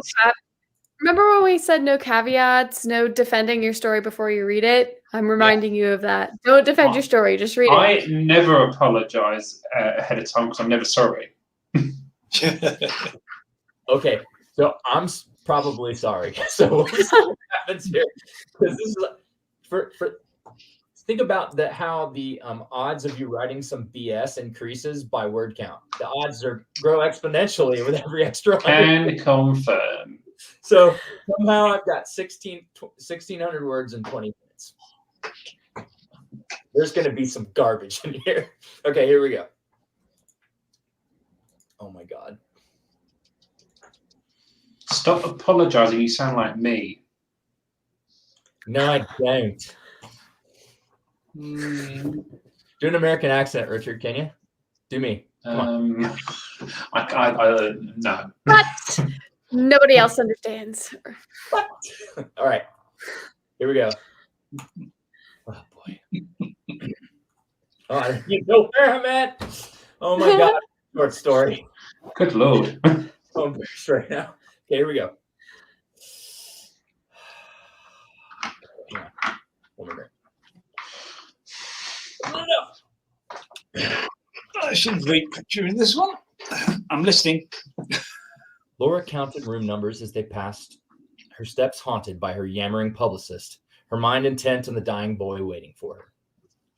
It's Ellen, Laura. You can't cancel Ellen. You know how many children's books authors go on Ellen? None. Not a single one. Not even Rowling. You can't. I can, and I did, Julia. Now please give it a rest. She flagged down a passing nurse. The woman recognized her, covering her mouth in surprise, eyes wide. Oh my God, you're Laura Waters. My daughter and I have read all your books, and she'd die for an autograph. So sorry, I'm in a bit of a rush. I'm here to see Edward Greer. The nurse's face fell. Yes, he's out of the ICU. Follow me. She moved quickly, still stealing starstruck glances back at Laura. Julia was texting at inhuman speed. She jostled up next to Laura. They say they can still fit you in if we get there in 20. You keep this short. We can just make it. Let it go, Julia. His mother said he might not last the week and will be out of the country for months. This is his last goddamn wish and my last chance to grant it. Go wait in the car, Julia, and let Ellen go. I'm here, and I'm not leaving till I've seen Edward. Julia stomped off in a huff, mumbling a string of curses not exactly fit for a children's book publicist. The nurse stopped in front of the door with a smoke-glassed window. Her eyes were glistening, her hand on her chest. You are amazing. Doing this for a sick child? Sorry I asked for an autograph. I wasn't thinking. Laura smiled at her. Got a pen? Inside, the boy lay pallid and still in the monstrous bed. Wires and hoses and various medical arcana surrounded him in a humming, beeping, hissing array. The head that rested on the pillow was bald as an egg. His cheeks were sunken. Laura was told he was 12, but his fragility and vulnerability made him appear younger. There was a smell in the room beneath the acrid sterility of the cleaning products that kept the floors and surfaces germ-free. It was the smell of coming death, elusive, a whiff of corruption beneath the lemon and pine. On its nightstand was the most recent of her novels, Book 6 of the Wayward Chronicles. Edward's mother, an anxious wrinkle of a woman, rose clutching her purse protectively to her chest. You came. You really came. Her whisper could wake the dead. You must be Edward's mother. I'm Alicia. Her eyes jerked from Laura to her son and back again. He said you would come, but I didn't believe it. She didn't take Laura's hand. Don't know what that means. Should we wake him? Oh, yes. You're why he's still hanging on. She slid past Laura, careful not to touch her, hand still working the leather of her purse. He'd want to be alone with you. Are you all right, Alicia? Of course he wasn't okay. Her son was clinging to life by the weakest of grips. She had every right to act strangely, but Laura couldn't shake the feeling that something was off here, tilted just a few degrees off axis. Go ahead, wake him. I'll be outside when he's finished with you. She gave her son one last look and fled, the heavy hospital door slamming shut behind her. Edward's eyes popped open, deep green jewels that shone with health in a jarring contrast to his pallid skin and sunken cheeks. It's you. It's really you. She came to the bed and took both of his hands in hers. Hello, Edward. Nice to meet you. I knew it. I knew you'd come. I'm here. She smiled, unsure what came next. What do you say to a damn child, his insides ravaged by cancer? She sat next to him and tapped the cover of the book. How do you like it so far? It's the best one, the best. Joseph and Nancy just found the ancient temple. Oh, you're just coming to one of the best bits. Joseph Wayward had made Laura a rich woman and her future bright. For this little boy, there was no future. What's your favorite thing about the books, Edward? Joseph, he said without hesitation. Sailing his magic balloon, his name in giant gold letters on the side, the most famous explorer in the world. What about his navigator? Joseph would be lost without Nancy. Of course he would. Without Nancy, he couldn't do the toast when the adventure was over. He struggled to sit up higher. At the end of every adventure, Joseph Wayward took off his goggles and flying helmet and hovered his magic balloon over some impossibly romantic vista. Then he and Nancy would open the flask of rare ruby-colored nectar filched from the satrap of some distant land and toast. Victory again, Nancy, Edward quoted, making his little voice as noble and heroic as he could manage. Oh, can we do it? Can we do the toast, please? I'll be Joseph. You be Nancy. He grabbed the Sprite tray on his bed, frowned at the straw protruding from the cup, and tossed it. Clearly, Joseph would not use a straw. A pitcher of water and some paper cups sat on a table next to the bed, along with a box of tissues and Laura's book. She filled a cup and held it. She pressed her lips together and fought back tears. Edward held up his Sprite. No limits in the skies, Laura and Edward said together. He threw his head back and downed his Sprite in a gulp. Laura drank her lukewarm water. Edward's skies had limits. No one would know his name except as a sad footnote to his short life. Thanks so much for coming. This is perfect. Happy to come, Edward. Shall I read to you for a little? She reached to pick up the book, but knocked it from the table. She leaned over to grab it, but her body betrayed her, and she sank from the chair, head swimming. Her hair clipped the table on the way down, but the pain was brief and fled with her consciousness. She woke and couldn't move. She was on Edward's bed, her body like a lead weight. Edward? Her voice sounded 1,000 miles away, and her ears were stuffed with cotton. Right here.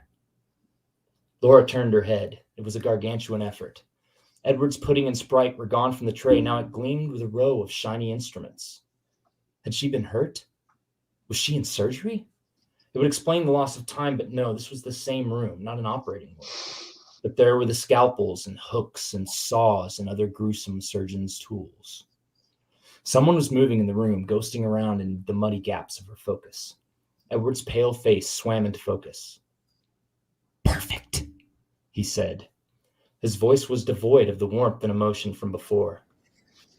I would have done it anyway if you hadn't woken up, but this is so much better. What happened? No one guards a dying boy, and everything I needed was right here in the hospital. What? My last wish, to be like you. Your name is on television, on headlines, like Joseph, his name in giant gold letters on the side of his magic balloon. He stared off into the middle distance. His eyes didn't see the bitter plainness of the hospital room. The green eyes glowed with imagined glory. I don't understand. I came to meet you. Yes, you did. I knew you would. I read your books. They are predictable. I am not. Edward picked up a silvery scalpel and twirled it in his emaciated fingers. I don't write stories. I'm not an explorer like Joseph. I'm different. But I'll have headlines too.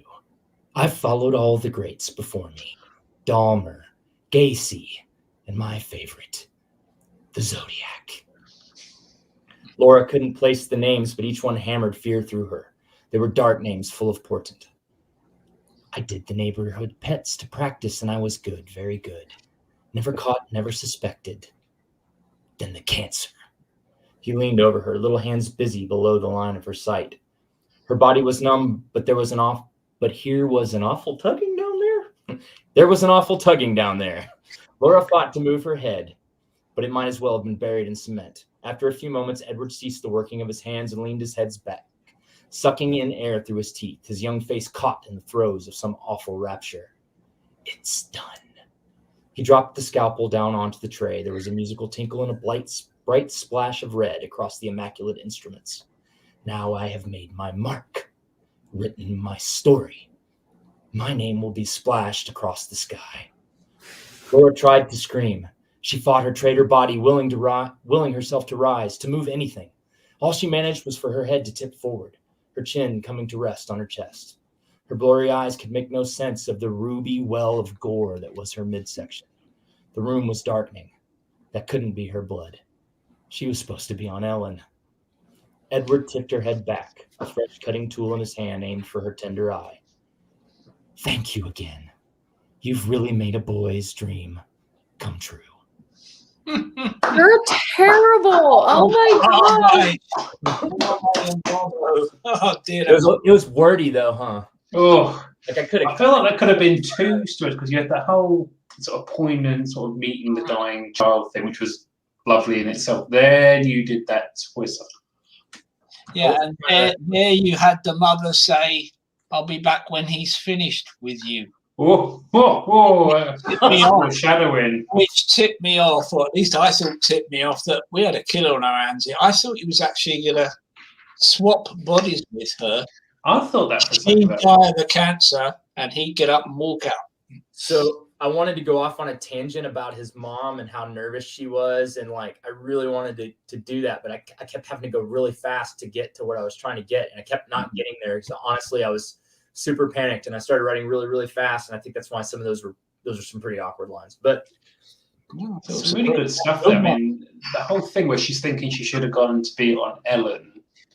That's kind of like reminiscent of mine in a way. You're making a bad decision. Though, to be honest, I think I would rather be vivisected than go on Ellen's show. Yeah. Oh my goodness. Just for the record, I had no clue it was going to end like that. I was going with warm. Remember I said I thought I was going to try something warm? Yeah. I was like a tender moment. And I thought, oh, the toast, because we've been kind of toasting on this thing. I'm like, oh, they'll have the toast. There's a toast in the book. But as soon as I did that, I'm like, what if there's something in her drink? And then I really panicked because I'm like, how am I going to get the last of that out? So I just went freaking crazy trying to figure that out. Oh, Laurel likes my description. By the way, this is... I like that too. Me too. That stood out to me. Anxious woman. Yeah, perfect. I had to write down bald as an egg. I thought, what a description. Ugh. Okay. It was an I really like what you excellent started description. with. Oh. Cracking simile. It Get felt- out, Richard. It Get felt out. long. And I love there's a famous, I can't remember who it is that wrote the letter, but he said in his letter, the first line of his letter was, "I'm sorry I didn't have time to write you a shorter note." I feel like I could have told all of that in 800 words. I just needed to figure out how. Yeah, well, you will when you rewrite it now and it becomes part of the next collection. The thing is, I didn't think that was a word. I thought that was gripping. That was like... That's like Entertained the whole time.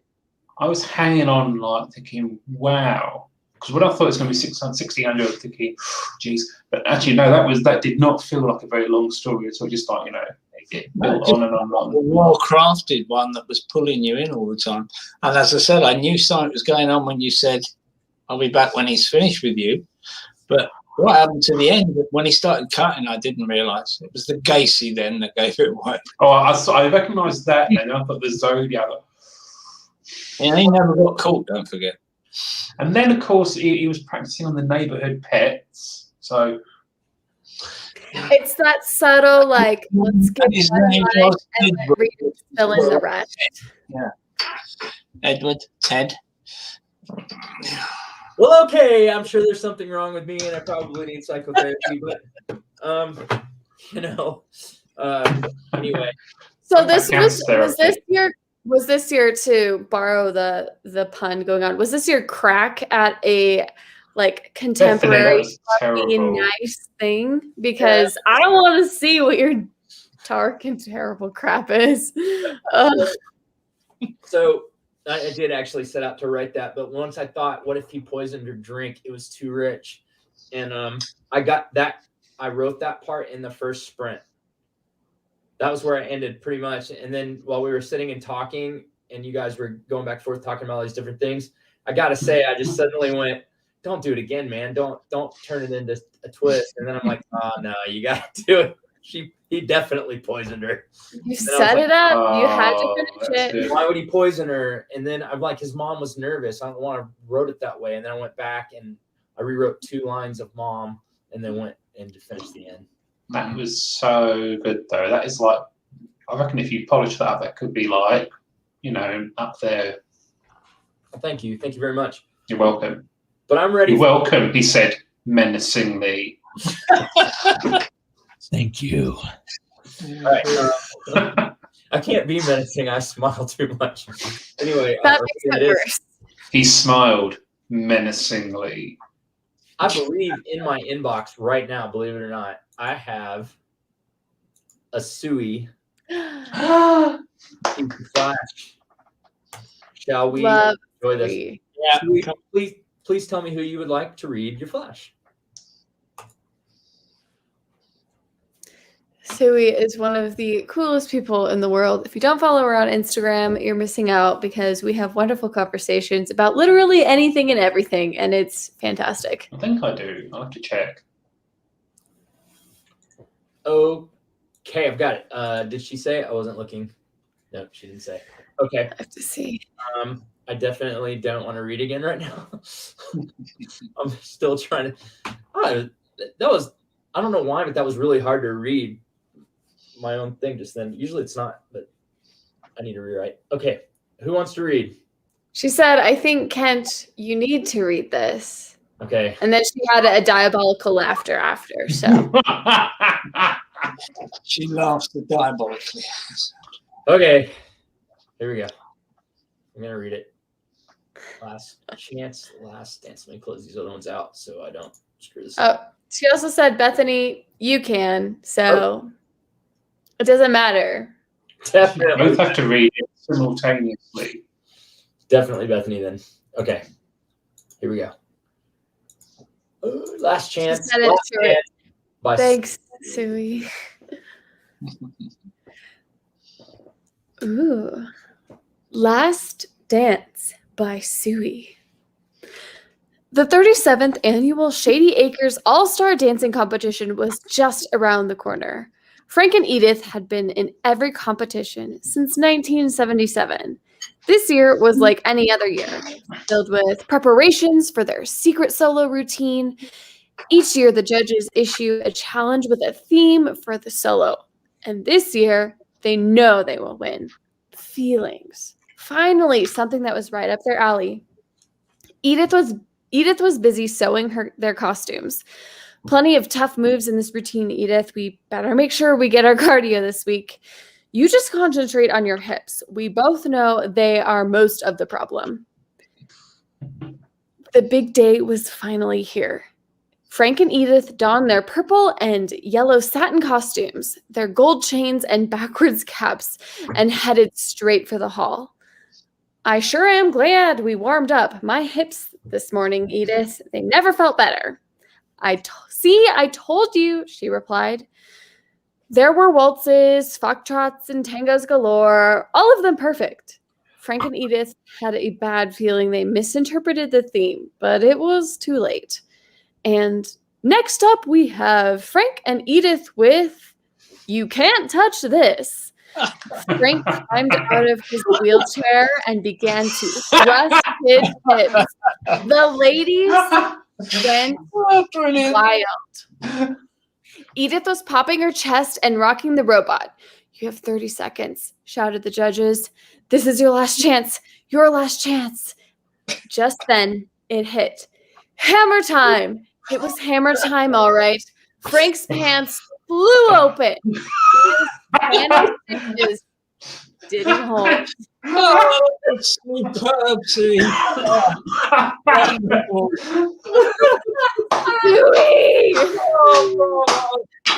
Oh my gosh.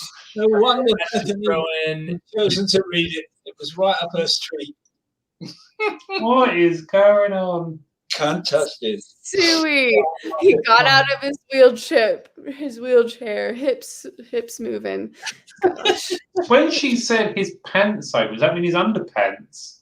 Because pants means I underpants think in Pants and England. trousers did that in this particular instance. Open to interpretation, I suppose. Hey, Richard, you wear underpants? Because that's not a thing. Shush. Suey. Let's go commando. All right. Gosh. She is But I particularly like the fact that he had a hammer. hammer time. It's very good. Suey. Excellent, it really was. That was short but effective. Frank Frank goes goes commando, which is how I pictured it. At that point, the residents went wild. So I feel like her characters belong with my old lady characters in the same home. They would get along great. That's a granny fest. I needed to laugh like that. That was just brilliant. Oh man. All right. We got one more piece of flash at least. If anybody's got something to send it in now. But you've probably been editing if you haven't sent it in yet. That is not allowed. Sneaky. All right. I've got one less, and it looks like a Bethany Votaw spectacular. Best for last. I am. Heart or trumpet? I'm trying to It remember what was I wrote. probably a farty trumpet. He trumped fartingly. Or trumping. He farted trumpingly. You out here, Bethany. Yeah. I'm already trying to remember what I wrote. I think, yeah, it'll be fine. You'll find out in a minute. Yeah. And you have We to all read it. Yeah, we all will. You've heard of discovery writing? This is discovery reading. Yep. I'm looking at all of my empty bottles over here. So I did this to myself. I think it's only 4 in the afternoon. It's scandalous, really. Yeah, it is. It's fine. Yep. Yep. So the grim bookkeeper. Tony was stuck on the side of the road. Damn fuel gauge did me dirty. He'd called his brother and he'd said he'd be on the way. The gas station was only 8 miles away, but he probably wanted to finish the game first. He was just poking around the roadside when a hitchhiker walked up to him.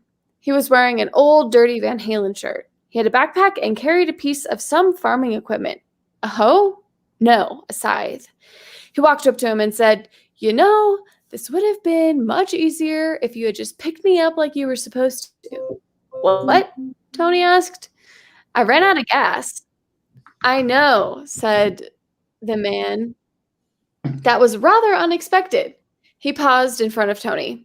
You see, I was going to be all dramatic. You were going to pick me up. We would have our moment, and you would realize I was the devil who had come to collect your soul. Tony's eyes grew wide. Relax, the hitchhiker said. I'm not the devil. I work for him, though. See, he doesn't really come this far south, you see. He prefers the big cities, not putrid and moist climates like these parts. People think he's an all-knowing being, and I suppose he is, but he rarely checks the logs, and as long as the numbers add up, we are good to go. Tony cleared his throat. Why come for me, then? Wish you had brought gas instead. I got orders, the hitchhiker shrugged. A car, a lifeline, drove down the desolate country road. It slowed for the pair, loud music blasting through the speakers of the fancy car. Can I help you, boys? The teenager said, laughing with his passenger, who barely looked 18, cigarette in one hand, beer in the other, driving with his knees. Tony planned on waiting, but he supposed the game went into overtime and the hitchhiker didn't seem to be in a patient mood. So he approached the car. Yeah, ran out of gas, you see. Mind giving me a lift? The teen threw the cigarette on Tony's boots and threw the glass at his feet. Nah, he said, and sped down the street. Tony looked at the hitchhiker. Damn kids. Yeah, the hitchhiker agreed. Fools and stupid, but I get even. Watch. Don't kill him. The hitchhiker jerked his sides to the side, and the car veered off the road into a ditch. Cell phones got no service, the hitchhiker laughed. Justice, I say. Why come for me then? Tony said. That don't seem like justice. What do you mean? I mean, I work hard, got a life I built, but those crooks get their money from selling crack to kids and ruining lives.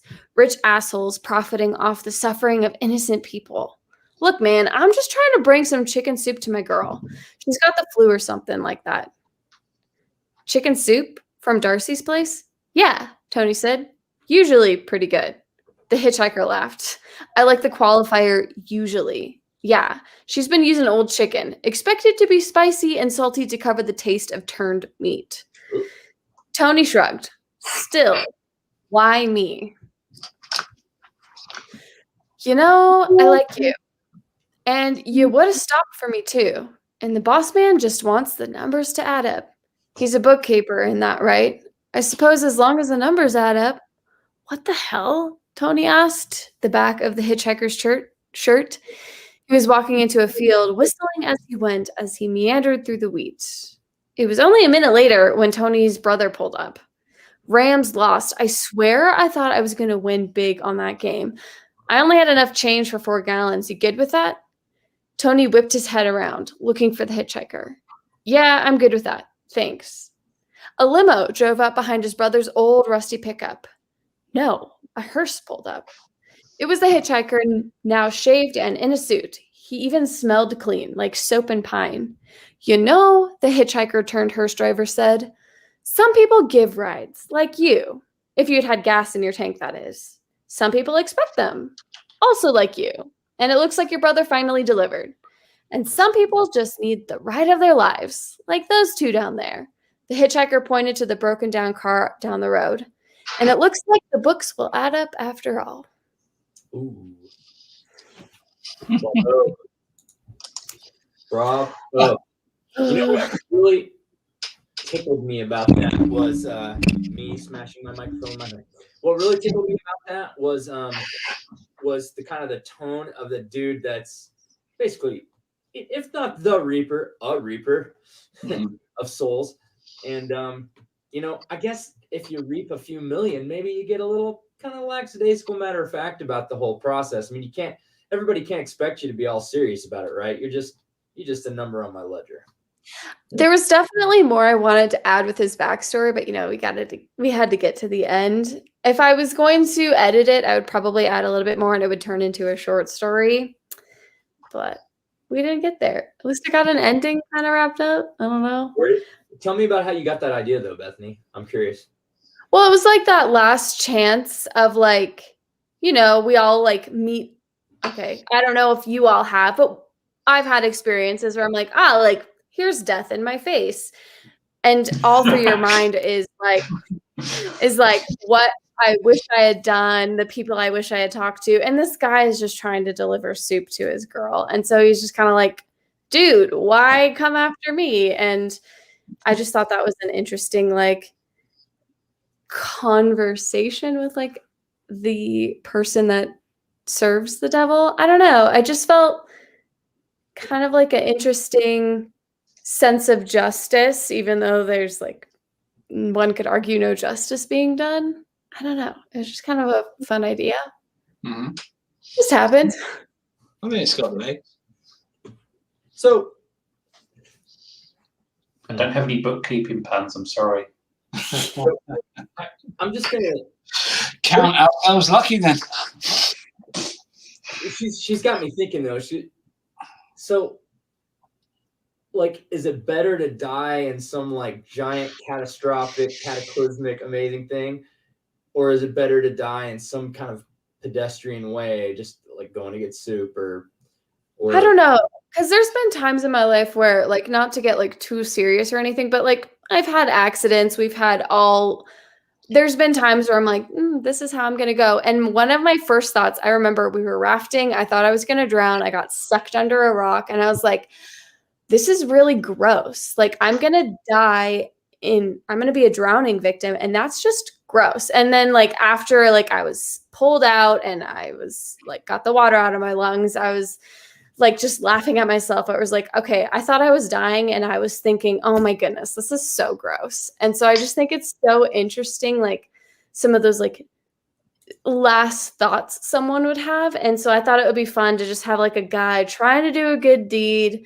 deliver chicken soup to a sick girlfriend, and like the devil's, you know, handyman kind of being like, well, that was unexpected. You were supposed to go into this plan.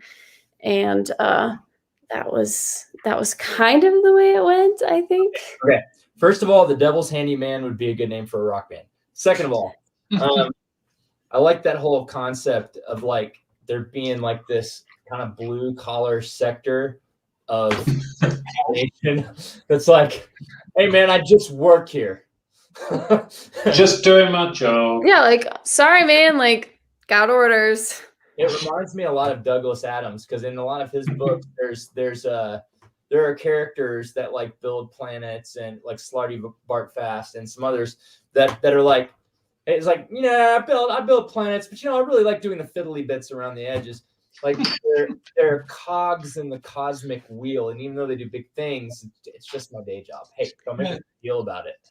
And I really thought that was kind of amazing about that little piece. It's like mission plans for Earth. They're sort of tucked away in a filing cabinet, down a set of stairs, along a corridor, in a door, on the file cabinet. Oh, sorry, the door's got "Beware of the Tiger" written. Beware of the leopard. That's it. Beware of the leopard. I know it was a big cat, but yeah. Some of my Adams, yeah, he would love that. Douglas Adams is my spirit animal, man. That guy's books just blow me away in all levels, because he makes comments. It's not just entertaining, it's not just funny, but he makes poignant comments that are so clear that kind of crystallize things in the way that very few people can manage. And I think he's a genius, and the world is a grayer place without him. Mm-hmm. Agreed. Sorry, Bethany, I interrupted you there. Do speak. Oh no, you're good. I think I was hoping to get some more backstory of like our hitchhiker, like who he was in the past life. Maybe he was one of those assholes that profited off of the suffering of people, and maybe he's trying to fix it. Maybe he wasn't. I don't know. There's opportunities in editing for that, but you know, 20 minutes, that's what we got. I think a kind of interesting twist would be like he's got to fulfill his quota of deliveries. And he ends up just sort of picking anyone at random. Oh, you got to go, like, sorry, you know, like some sort of the devil runs like some sort of like Amazon-like conglomerate. Well, Amazon. Jeff Bezos is the devil. Oops. Though, did you know he's given more independent creators a career than anyone in history?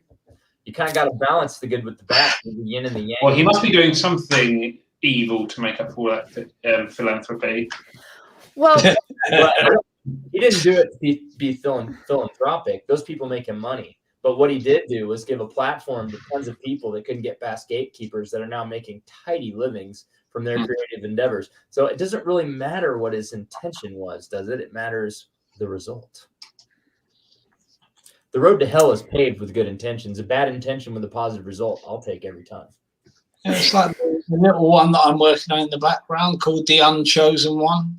That's where the chosen one gets killed in the first paragraph, and 3 men just turn up and said, "Is your name so-and-so?" No, I'm afraid he died. He was under a bus. Were you born under a certain sign? Yes, I'm a Leo. Were you told? Yeah, were you told? Has anyone prophesied anything about it? Yes, my math teacher told me I would amount to nothing. You'll do. And they whisk him off, and he becomes a chosen one. Kind of getting some ideas about my own sort of take on this, being like, you know, the devil runs like, you know, this sort of super slick sort of like, you know, firm, and one of his acolytes has been basically fudging the numbers and gets caught out. Like, well, you've been killing the wrong people, and you can't refund these people. Wait a minute. What? This is very bad for our public relations, you know. Let me just interject here for a second, because like I got pressure from a lot of my friends that got out in the military and went into law enforcement. And I'm like, I would be the worst policeman ever, because I'd be like, you're okay, you didn't hurt nobody, get out of here, man. I'd be a really good policeman. I just assume everyone's guilty. I'm exactly the opposite. I'd be like, You guys are just. I would probably be a really good debt collector because I would none of that wash you'd be like. But I like the idea that like the devil's henchmen are supposed to be out there sending all these people to hell, and then he like actually checks into the books and he realizes that they've all stopped sending anyone to hell, and no one's gone to hell for like 500 years. and hell's like empty. As long as the books add up, as long as the numbers add up. So where are all these dead people? That's a good question. They've all come back as tuna pizza in a box. Novel Mana. Woohoo. I think there's some good potential in that idea. I might have So, to steal that at some point. Colin, I gotta say, a little bit of deja vu in what you were talking about. You're just like the chosen one gets killed right in the beginning. You beta read Blind Spot. So wondering. I set up the I love it. nation's top cop against the drug crime pen of all time. You did. What happens in the first? Yeah, but I'd written those little notes for the Unchosen one, and you'll see on Pinterest the thousands of pins are on there. Way before I read anything to do with Blind Spot. Ah, damn! I wanted to be first. No. I doubt if either of us are, to be honest. Well, I was thinking about Kent's character. I don't think it's a spoiler. Like Go ahead. there's a character in Blind Spot where I was like, oh, interesting. Like he's in this big city. He's in charge of a lot of things. And that kind of was the inspiration for one of my characters where I was like, can he really have a hand in everything? We don't know. Like, does he really care? I think The I know the thing. character you're talking about. That one thing that's terrible. Yeah, that It's thing. hard to not spoil each other's shit when we're doing stuff. I really want He said a swear. I want to like. I am dying to interview Victoria Wren and Hannah Palmer, but both of their books, you can wreck it. Like I have recorded. I already put out Victoria's review of her amazing book, The Curse of Lynn Adler. Wild Spirit. Right on. Legit. I don't even read that much YA, and I liked it. So, and then the same thing with Hannah's book, and I'm like, oh, I want to do this amazing review, and I'm like, no, dude, you got to keep it short and just tell people to go get it because you'll wreck it. So it's like that with a lot of people's work. I want to shout it from the rooftops, and then I'm like, man, I don't want to ruin this. So Ken, when you review my book, can you just tell people to get it and then it's great and stop there?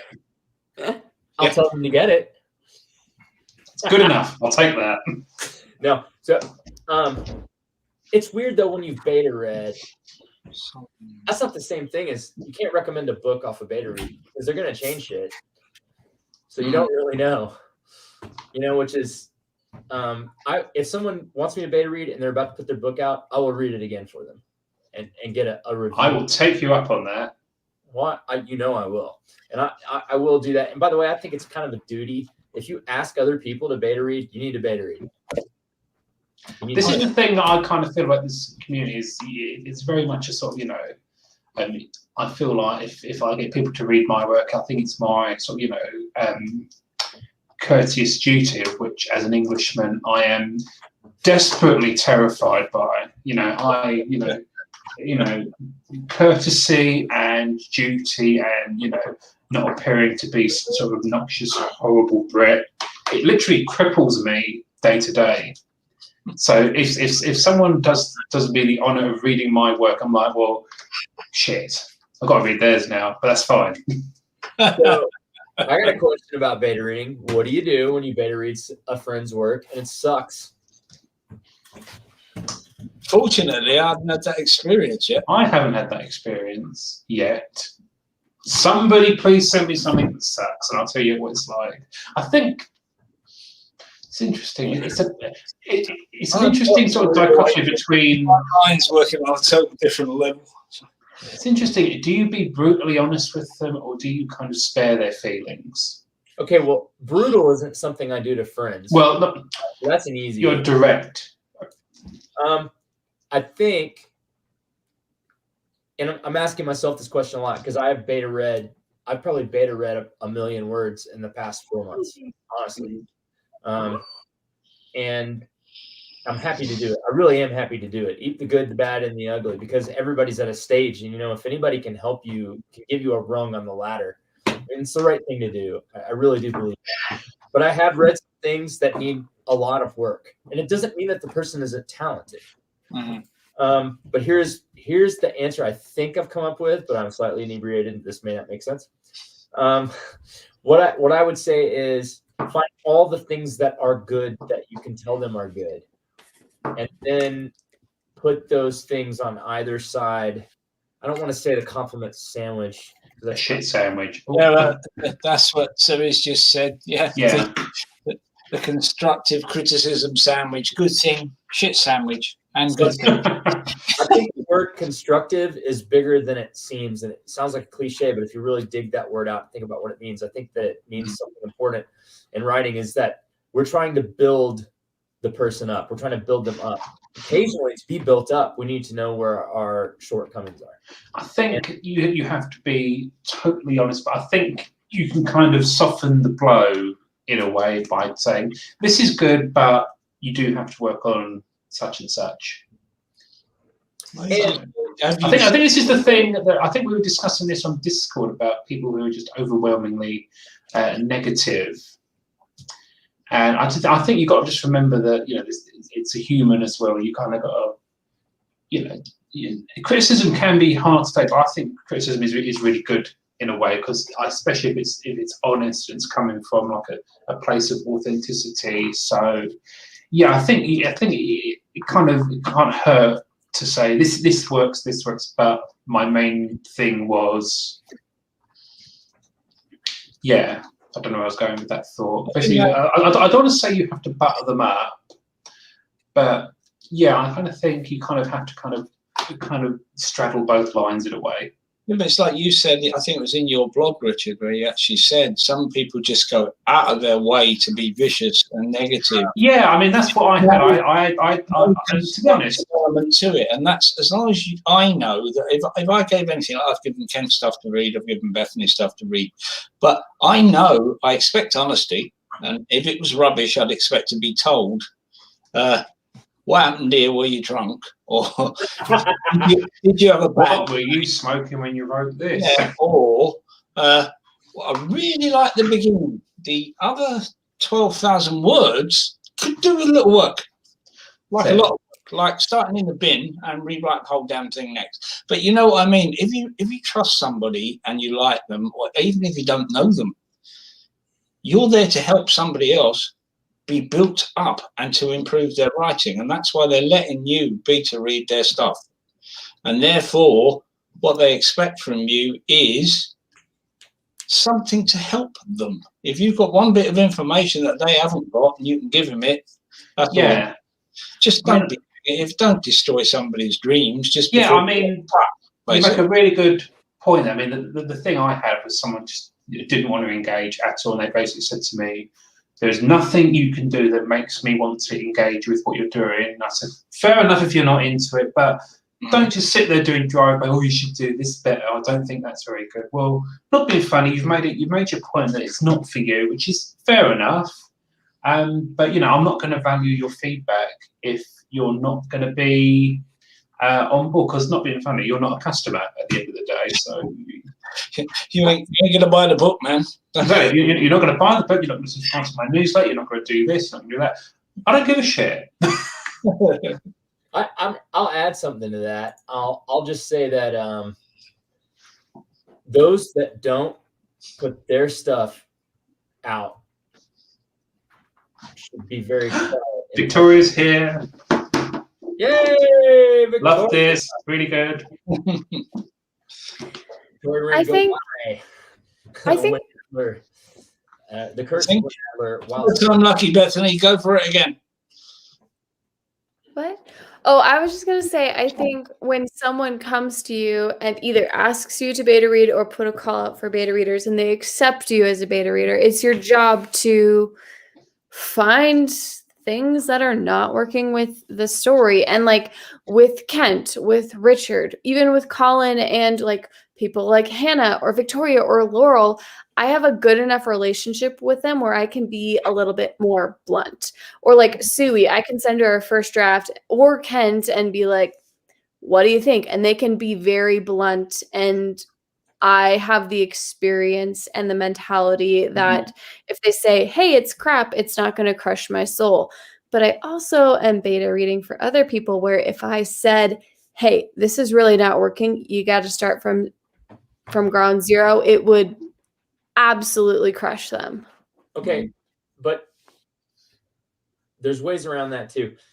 So I'm going to put out a question to you guys, and I want to hear. I really want to hear the answer. So I'm torn on this particular subject when it comes to reading other people's stuff. I only suggest how to change things with people I'm super close with. Why are you muted, Richard? Okay, you're fixed. I'm not saying anything. I'm like, oh. No, I just saw the mute button on you. I don't know what happened. Thank you. Randomly clicking around. But anyway, I would suggest something to Bethany because we're tight alpha reader level critique partners. And then I would never once think I was going to hurt her feelings. This is just words on a page, not her. I know she's good. Otherwise, I wouldn't waste my freaking time reading her stuff all the time. But and the same back. Like I gave her the first draft of a novel that's a really big deal to me right now. That's going to dominate my whole next year. I'm writing 3 books in this world next year in the Charged universe, and I'm scared to death to give it to her. I was, because if it sucks, my whole next year plan is garbage, and I have to rethink it. Mm-hmm. So, and I expect at some point I'm going to. I think we need to kind of talk about the language of I want my beta readers to tear me apart. I think that kind of builds up that kind of like negative, like, they're going to be horrible.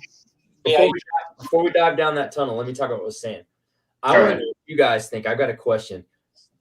When I don't always, Richard, I've beta read for you. I didn't really suggest changes. What I did is I said, these are the things that bother me. These are the things that drug me along the story. You actually had one amazing thing in your story. It was a relationship between a husband and a wife and the desperation. I was wondering what it was for a minute. I couldn't remember. No, it was the desperation. The thing that I wanted to read more about the most in the whole thing was the desperation of the husband to get to his wife that was separated from him. And that was, to me, that is good writing.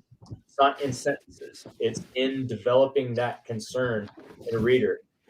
I flipped pages, and believe me, that was one of the busiest times of my entire life. And I read your book during it. And it's not easy to do that. And that drugged me through the story in a very difficult time for me to beta read, any unfinished work for anybody. And it got me through the story. So I wanted to make sure you knew the thing that drugged me through the story. And then I wanted to make sure you knew the things that I didn't get. And I felt like that was enough because we hadn't developed enough of a back and forth reading relationship. We'd only beta read for each other once. And sometimes I feel like suggesting changes, I feel like if you just tell somebody it's not working and tell them why you think it's not working, sometimes it's hard for me to project things into other people's heads. Their story. Now, I would want, as one of my top critique, my only severely personal critique partner, and I would say, I would want her to tell me this isn't working and this is, I think, why. I would want that from her. But from just like the mass of beta readers, if I sent it out to them, they didn't like the ending, I wouldn't really want to make, you know what they should do? They should play dominoes, and the loser of the game of dominoes should die, poison. They should die and actually fall on their head. It'd be just amazing. It's like, I don't know these people. I don't even know if they know how to write. I barely even know if they can read. So what do you guys think in terms of offering advice for changes to someone's story based off of beta reading? I really want to know because I'm torn. I think you have to have a prior relationship with someone and have read an enormous amount of their writing before you can suggest too specific of a change. What do you guys think? I think that's a really good idea. Also, Bethany, you go first. We'll be up there. Oh, no, I was just going to say, I never suggest anything unless I have a close relationship with the person. It's not my story. It's not my call. Mm-hmm. I would just tell them, hey, I was kind of bored in this area. Not sure why. Maybe it's because I didn't connect with the characters. That's my personal opinion. But with Kent, you and I have shared literal ideas and barely outlines. And we're able to be like, no, you should probably do this because of this reason and this reason. It's never been a, oh, I think the story should go this way because I like this type thing. It's, oh, maybe you should go this way because of these scenes and pacing. There's always a reason. And if I don't have that relationship with someone, I just tell them flat out, like, hey, didn't connect with this character, not sure why, or hey, I was bored in this area.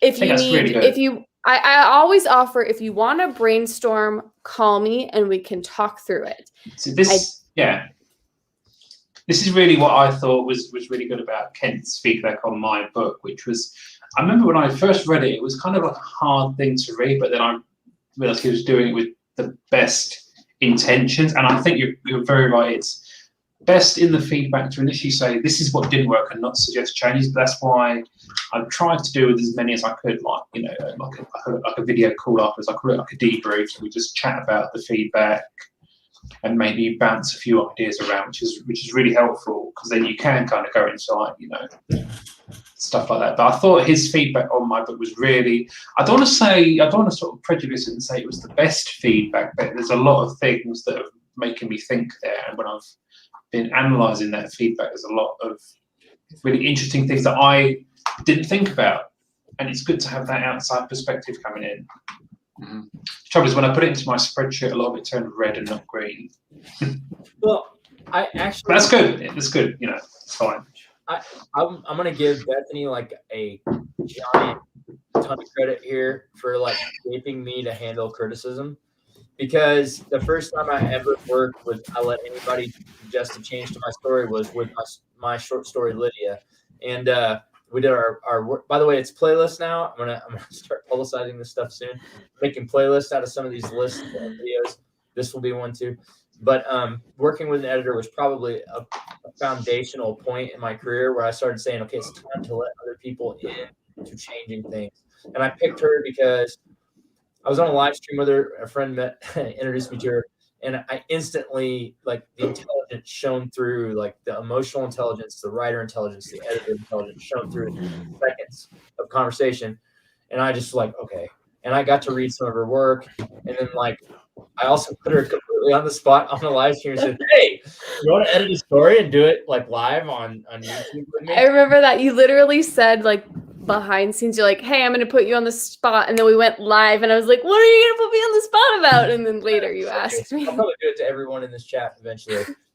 Because I'm heavily invested in all of you succeeding. But anyway, she helped ready me for people telling me that I should maybe make some changes or try some new things. And I think it was an amazing experience. I think it was nothing but positive.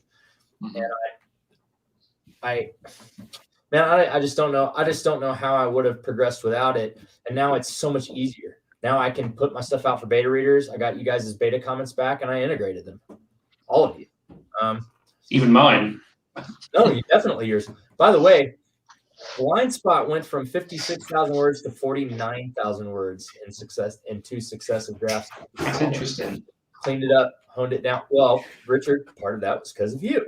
You told me I have some supernatural elements in it, and you let me know that it probably got a little like this here and there, and I looked for it. Mm-hmm. Yeah, I remember now. I was a little bit worried about sending it because I felt this was quite critical, if I'm being honest. But I wanted to be honest with you as well. I didn't want to back you up or sugarcoat you or stop doing that. Well, no, I don't, anyway, I'm glad because that beta read of Blind Spot was, for some reason, it was a real hard one for me because I think I was in a very busy period. I wanted to finish it, and I was like a month behind. I was like, I've got to do it. So I kind of forced it wasn't that I wasn't enjoying the story because I thought it was really good.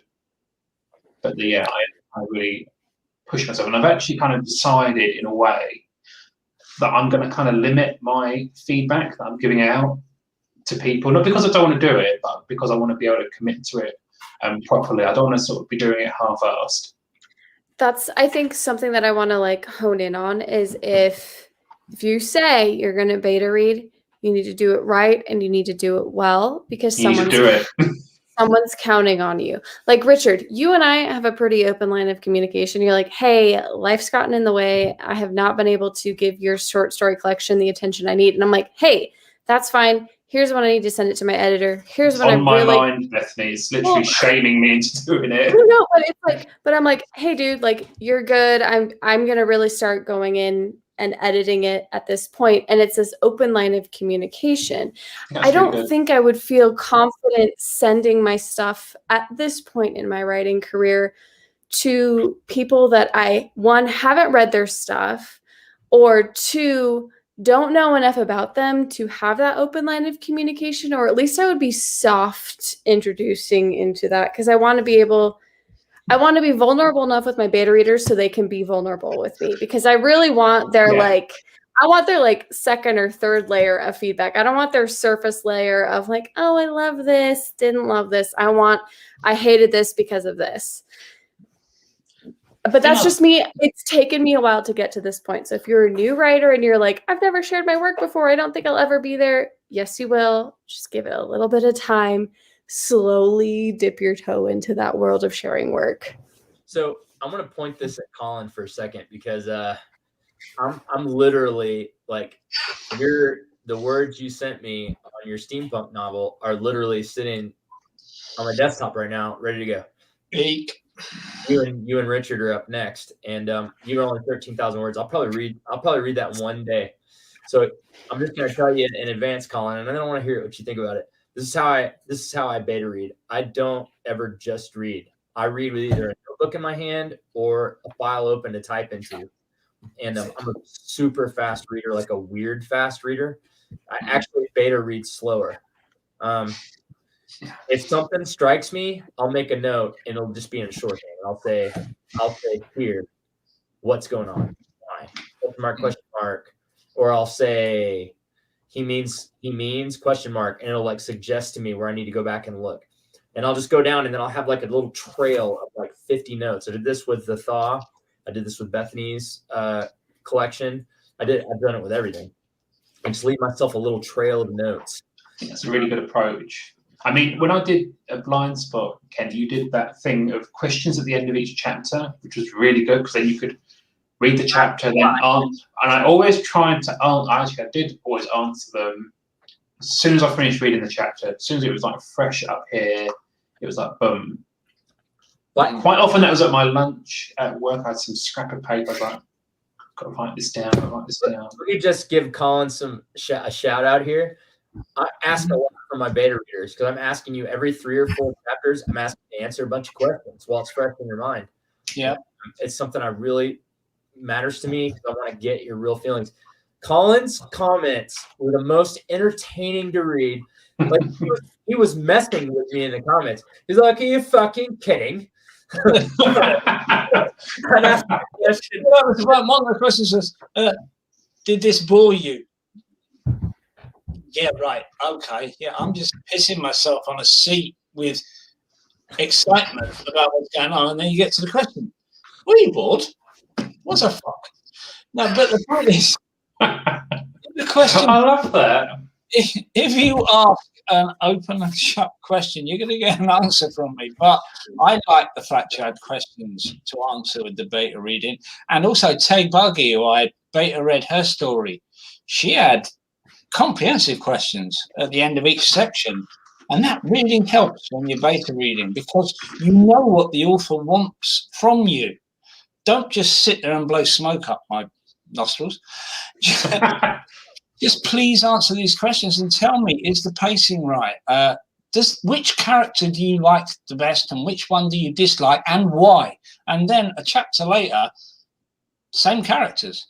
Which one do you like the best? Which one do you dislike, and why? And the characters did change, and they grew, the same as yours. And yeah, if I'm beta reading, yes, I'm going to be honest. Yes, you will get the occasional swear word.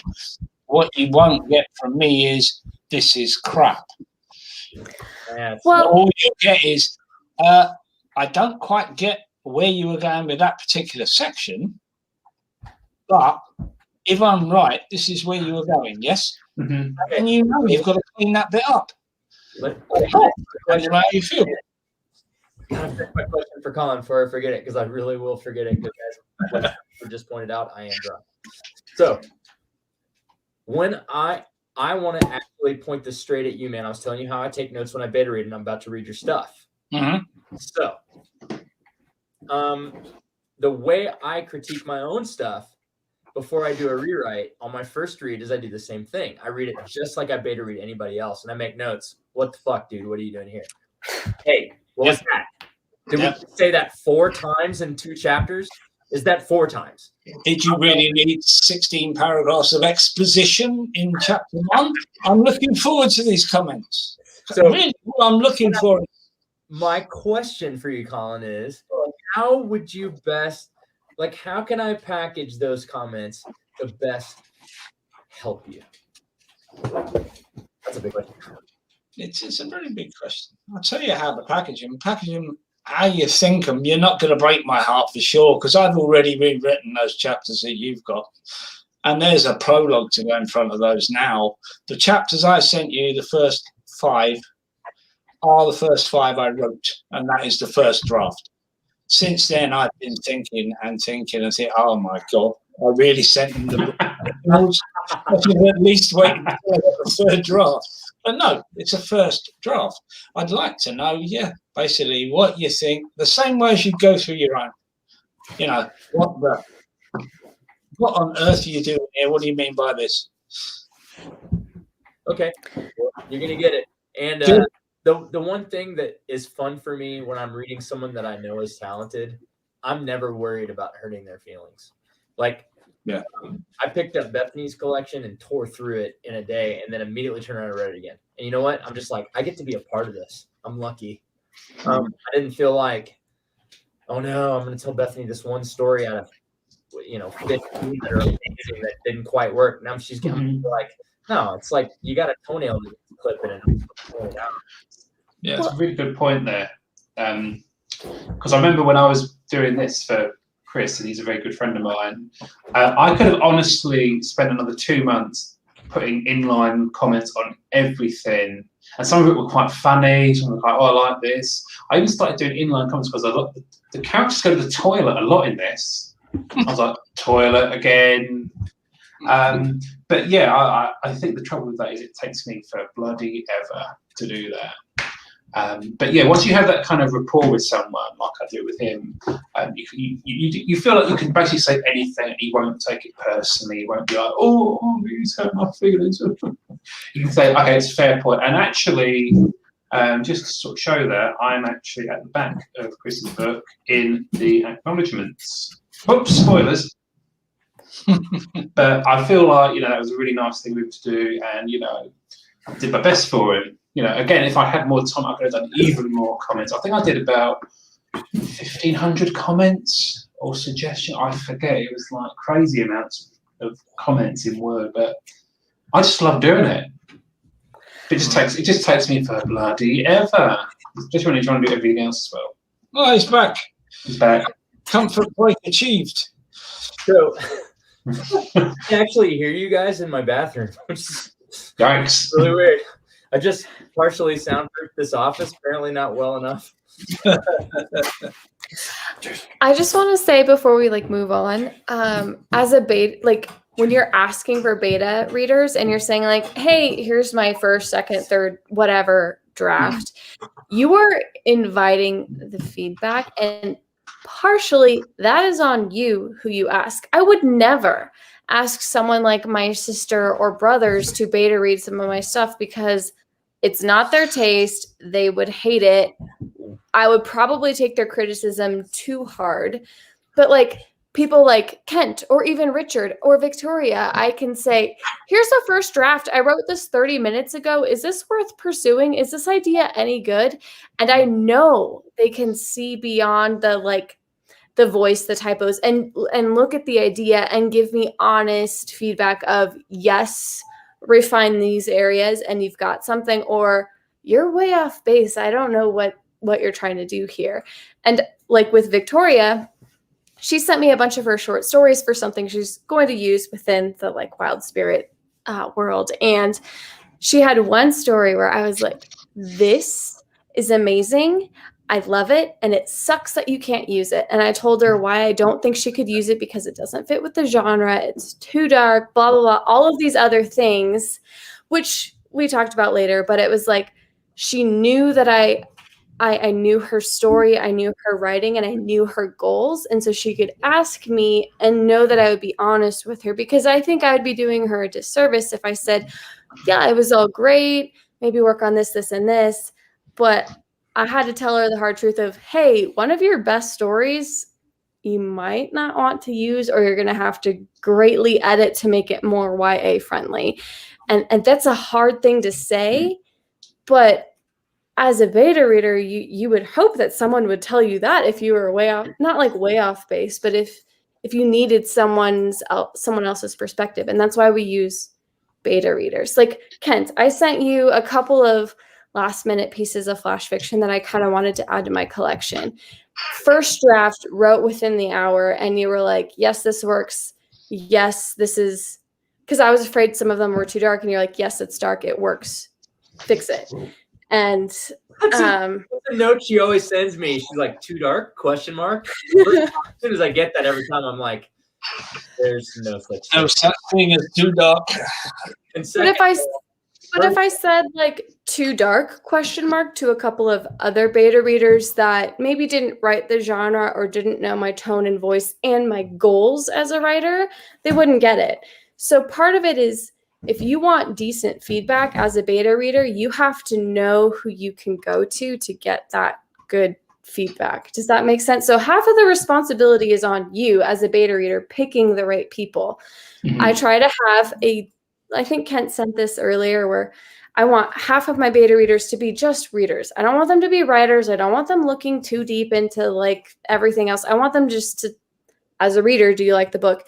And then I have half of them as writers of like, they can look a little bit deeper, give me a little bit more feedback. And it's important to get a wide variety of beta readers, but it's also important to know which beta readers you can go to for when and why. Like Sui, I can send her anything and she will give me the best feedback. She'll be like, this is great. It's super weird, but it totally fits. Or some of it, she'd be like, this is really weird. I don't think anyone else should see that. And you need people in your life like that. And unfortunately, it takes a certain degree of courage to send some of your stuff to find those people. And like with you three, I could send you any of my first drafts and say, what do you think? Can you help me with it? And you would do me well. Where's the plot, Bethany? Where's the plot? I know, Richard, I know. I've sent you 2 drafts of a short story I was writing, and you, Bethany, and you actually, I sent you the first version first and sent you the second version and said, which one do you like the best? And when you made comments and stuff and it came back, it was obvious which one. That's how it became a story. But Kent, you're the first person I've ever sent the first draft of a proposed novel to. Well, but we've been developing relationships over time, and so I have no worries. There ain't no, there's no little heart beating under there that's going to get broken by any criticism, because I'm too arrogant to be headed. That being said, I have only 2 people I send first drafts: my dad and Bethany. Mm-hmm. Nobody else reads my first draft. I'm sorry, not for anybody else's consumption. Yeah, no, my first drafts are like. Actually, no, they're getting better. Really? Dire. So this leads me to like 900 other questions, but we're almost at 3 hours, and I really want to talk to these people behind the scenes. So, you got any last things to say about tonight's flash fiction or anything like that before I go and just completely try to pick these amazing authors' brains? Sign up to my newsletter. Okay, I'll take a second and talk about newsletters. So why do newsletters matter to authors? Because they're the cheapest way we can help people that might really like our stuff get to it without us spending crazy ad spend. And it is really just an amazing way to develop a community around each author. I am subscribed to every authors here that has a newsletter. And I will stay that way because I want to know what they're doing. I want to know what's going on with it. So if you want if you want to be part of their writing journey, if you want to be part of the community that they're building around their books, around their families, around their lives, around their puppies, whatever it is that they're building a community around Malachi. Whatever you're building your community, that newsletter is the key to it. So it's a marketing tool for an author, but it's more than that. It's a place to be part of what's happening. So pretty soon, and I'm actually thinking about putting up a little tiny teaser here, the cover for Blind Spot for people that made it this far. He was almost just killed. There's a glint wasn't taxing, by the way. I'm thinking about turning up the cover for Blind Spot here for just a second for people that haven't seen.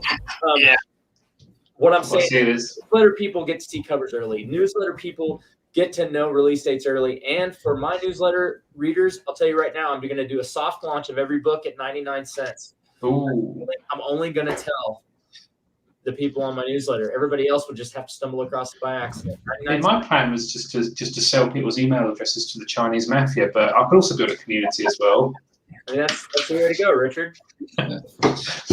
Yeah, unfortunately, no, Laurel, I don't actually have a newsletter yet. I think I would subscribe to that in a heartbeat. I think What's the space? we're going to talk about that, man, once I shut this off, because by the end of our conversation, I'm going to have you a newsletter because you got to, man. You're just I'm on Wix website, for goodness sake. Thanks. okay. Good old Wix. What do you say? Wix. Yeah. Sorry, Wix is a DIY store brand in the UK. I remember that. Wix. That's Wix, W-I-C-K-E-S, and not Wix, W-I-X, which is Wix. Thank you. Okay, what do you think, guys? Should I throw the cover of my debut novel, Blind Spot, up for You just? should. I've seen Yes, I've Oh, seen I need it. to see this. It's Get it beautiful. Okay, it's an exclusive right here. It's only going to be up for a second. And my debut novel, Blind Spot, set in near future Los Angeles 2045. A battle is being fought between the nation's top cop and his task force and a crime lord like the world has never known. Unfortunately, there's a bigger battle going on between heaven and hell, and the people that think they're the forefront of the battle are just pawns. Here we go. It's beautiful. It's I'm going to close my eyes. I don't want to. 5, No, I do want to see it. 4, 3, 3, 2, 2. 1. The cover of Blind Spot. Woohoo! Whoa, did it vanish? I blacked out. One might say it's in the blind spot. Is it there? Oh, it was gone in a blink of an eye. Damn, is it really gone? Yeah. Okay, wait. There we go. I'll fix it again. I suck at sharing. Like, in my life and on StreamYard. Yeah. You see it now? That's Beautiful. Ugh, That is, love so cool. there are no words to describe that apart from just these random noises. Ooh, yeah. Do you see the angel wings by the? Oh, That's my favorite part. get that thing on my shelf. I've got enough room for it. See, Oh, and it's your favorite novel size, so it better be because I'll be measuring it. it's gonna fit with all your other books. So that cover's by Ryan Schwartz. You go to him at I can't remember the name of his website. I'm gonna look it up right now. I'll probably throw it up. He does. I was looking for someone that would do. I wanted someone that could do series branding very well, and that understood kind of an action cover, almost like an action RPG video game is actually what I was thinking. I wanted something that would look interactive and that you could be a part of, and that suggested movement and action and had the elements of my story in there. And I gave him a million story elements, the poor guy. Like, he's like, tell me the things that you have to have on the cover. And I had a list of 75 things. Exaggerating. But he got it all. He got That's it. really good. I mean, literally less than a 15-minute conversation. I was like, Oh. that's it. I wanted to talk for hours about this. And I was just terrified. And then right as I'm going to bed, a couple nights later, the mock-up popped up in there, and we're going to work these covers and the covers for all of the Blind Spot series and all the Charge series. We're going to work together. So super excited about Ryan Schwartz. Go check him out online. You can see him on Readsy, and you can check him out at his website. They're not cheap. I'm not going to lie. He's doing custom 3D modeling and lots of elements. So it is. The thing is, you get what you pay for, Ken. I think if you want your book to do well, you can't just cheap out for a $20 cover. I mean, this is what I had with my novella cover, which I revealed in my newsletter, and I've literally got a print of it on my desk right here. I want to show everyone, but it's been my newsletter subscribers only until March the 5th. So I saw that cover and I loved it. I loved the use of light. I don't want to give it away, but there's an angle to the kind of the main figure in the thing that kind of lets you know things are not quite as they should be. Sue's coming up. I'm reading Sue in the conversation here at the moment. Yeah, I really will need a good title, an appropriately titled newsletter if I do one, Sue. Yes. I just call mine the Richard Holliday newsletter for like original. Sex Pistols and that, never mind the policy. You could just put sex. Now I've got your attention. This is the newsletter from Colin Clark. Read it now. Or I just follow the Donald Trump form of marketing. On everything. Oh, that's a thing.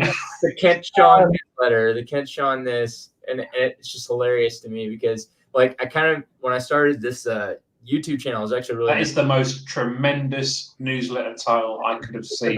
So you are the best at newsletters. You know newsletters like no one else. It's hilarious because I can't even listen to that guy talk for 6 seconds without basically wanting to double over and vomit.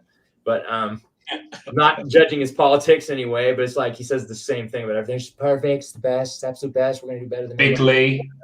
But anyway, I'm just it's purely semantic. I'm not judging any political stances. All I'm saying is I don't really want to listen to the guy talk. But anyway, but I always thought it was funny when we started. I was talking with my daughter Angie, like, how do I do this, man? I don't know how to talk to people on camera. She goes, just joke around. I'm like, that is the plan. So I'm like, first thing I'm going to do is I'm say, you've just joined the absolute best YouTube channel that's ever going to exist. And you're just lucky to be here. Kent Sean here, as if you know who I am. You have no idea who I am or care. And that was kind of the whole game plan. But worked. It worked. That's the main thing. And here we are years later. You're consistent. I must say, you're consistent across the board. Mm-hmm. Yeah, lunacy. I had someone tell me, it's like, how can you be so egotistical? I'm like, I'm kidding, right? You didn't know I was kidding. Yeah. Whatever. You got to blow your own trumpet because no one else is going to blow it for you.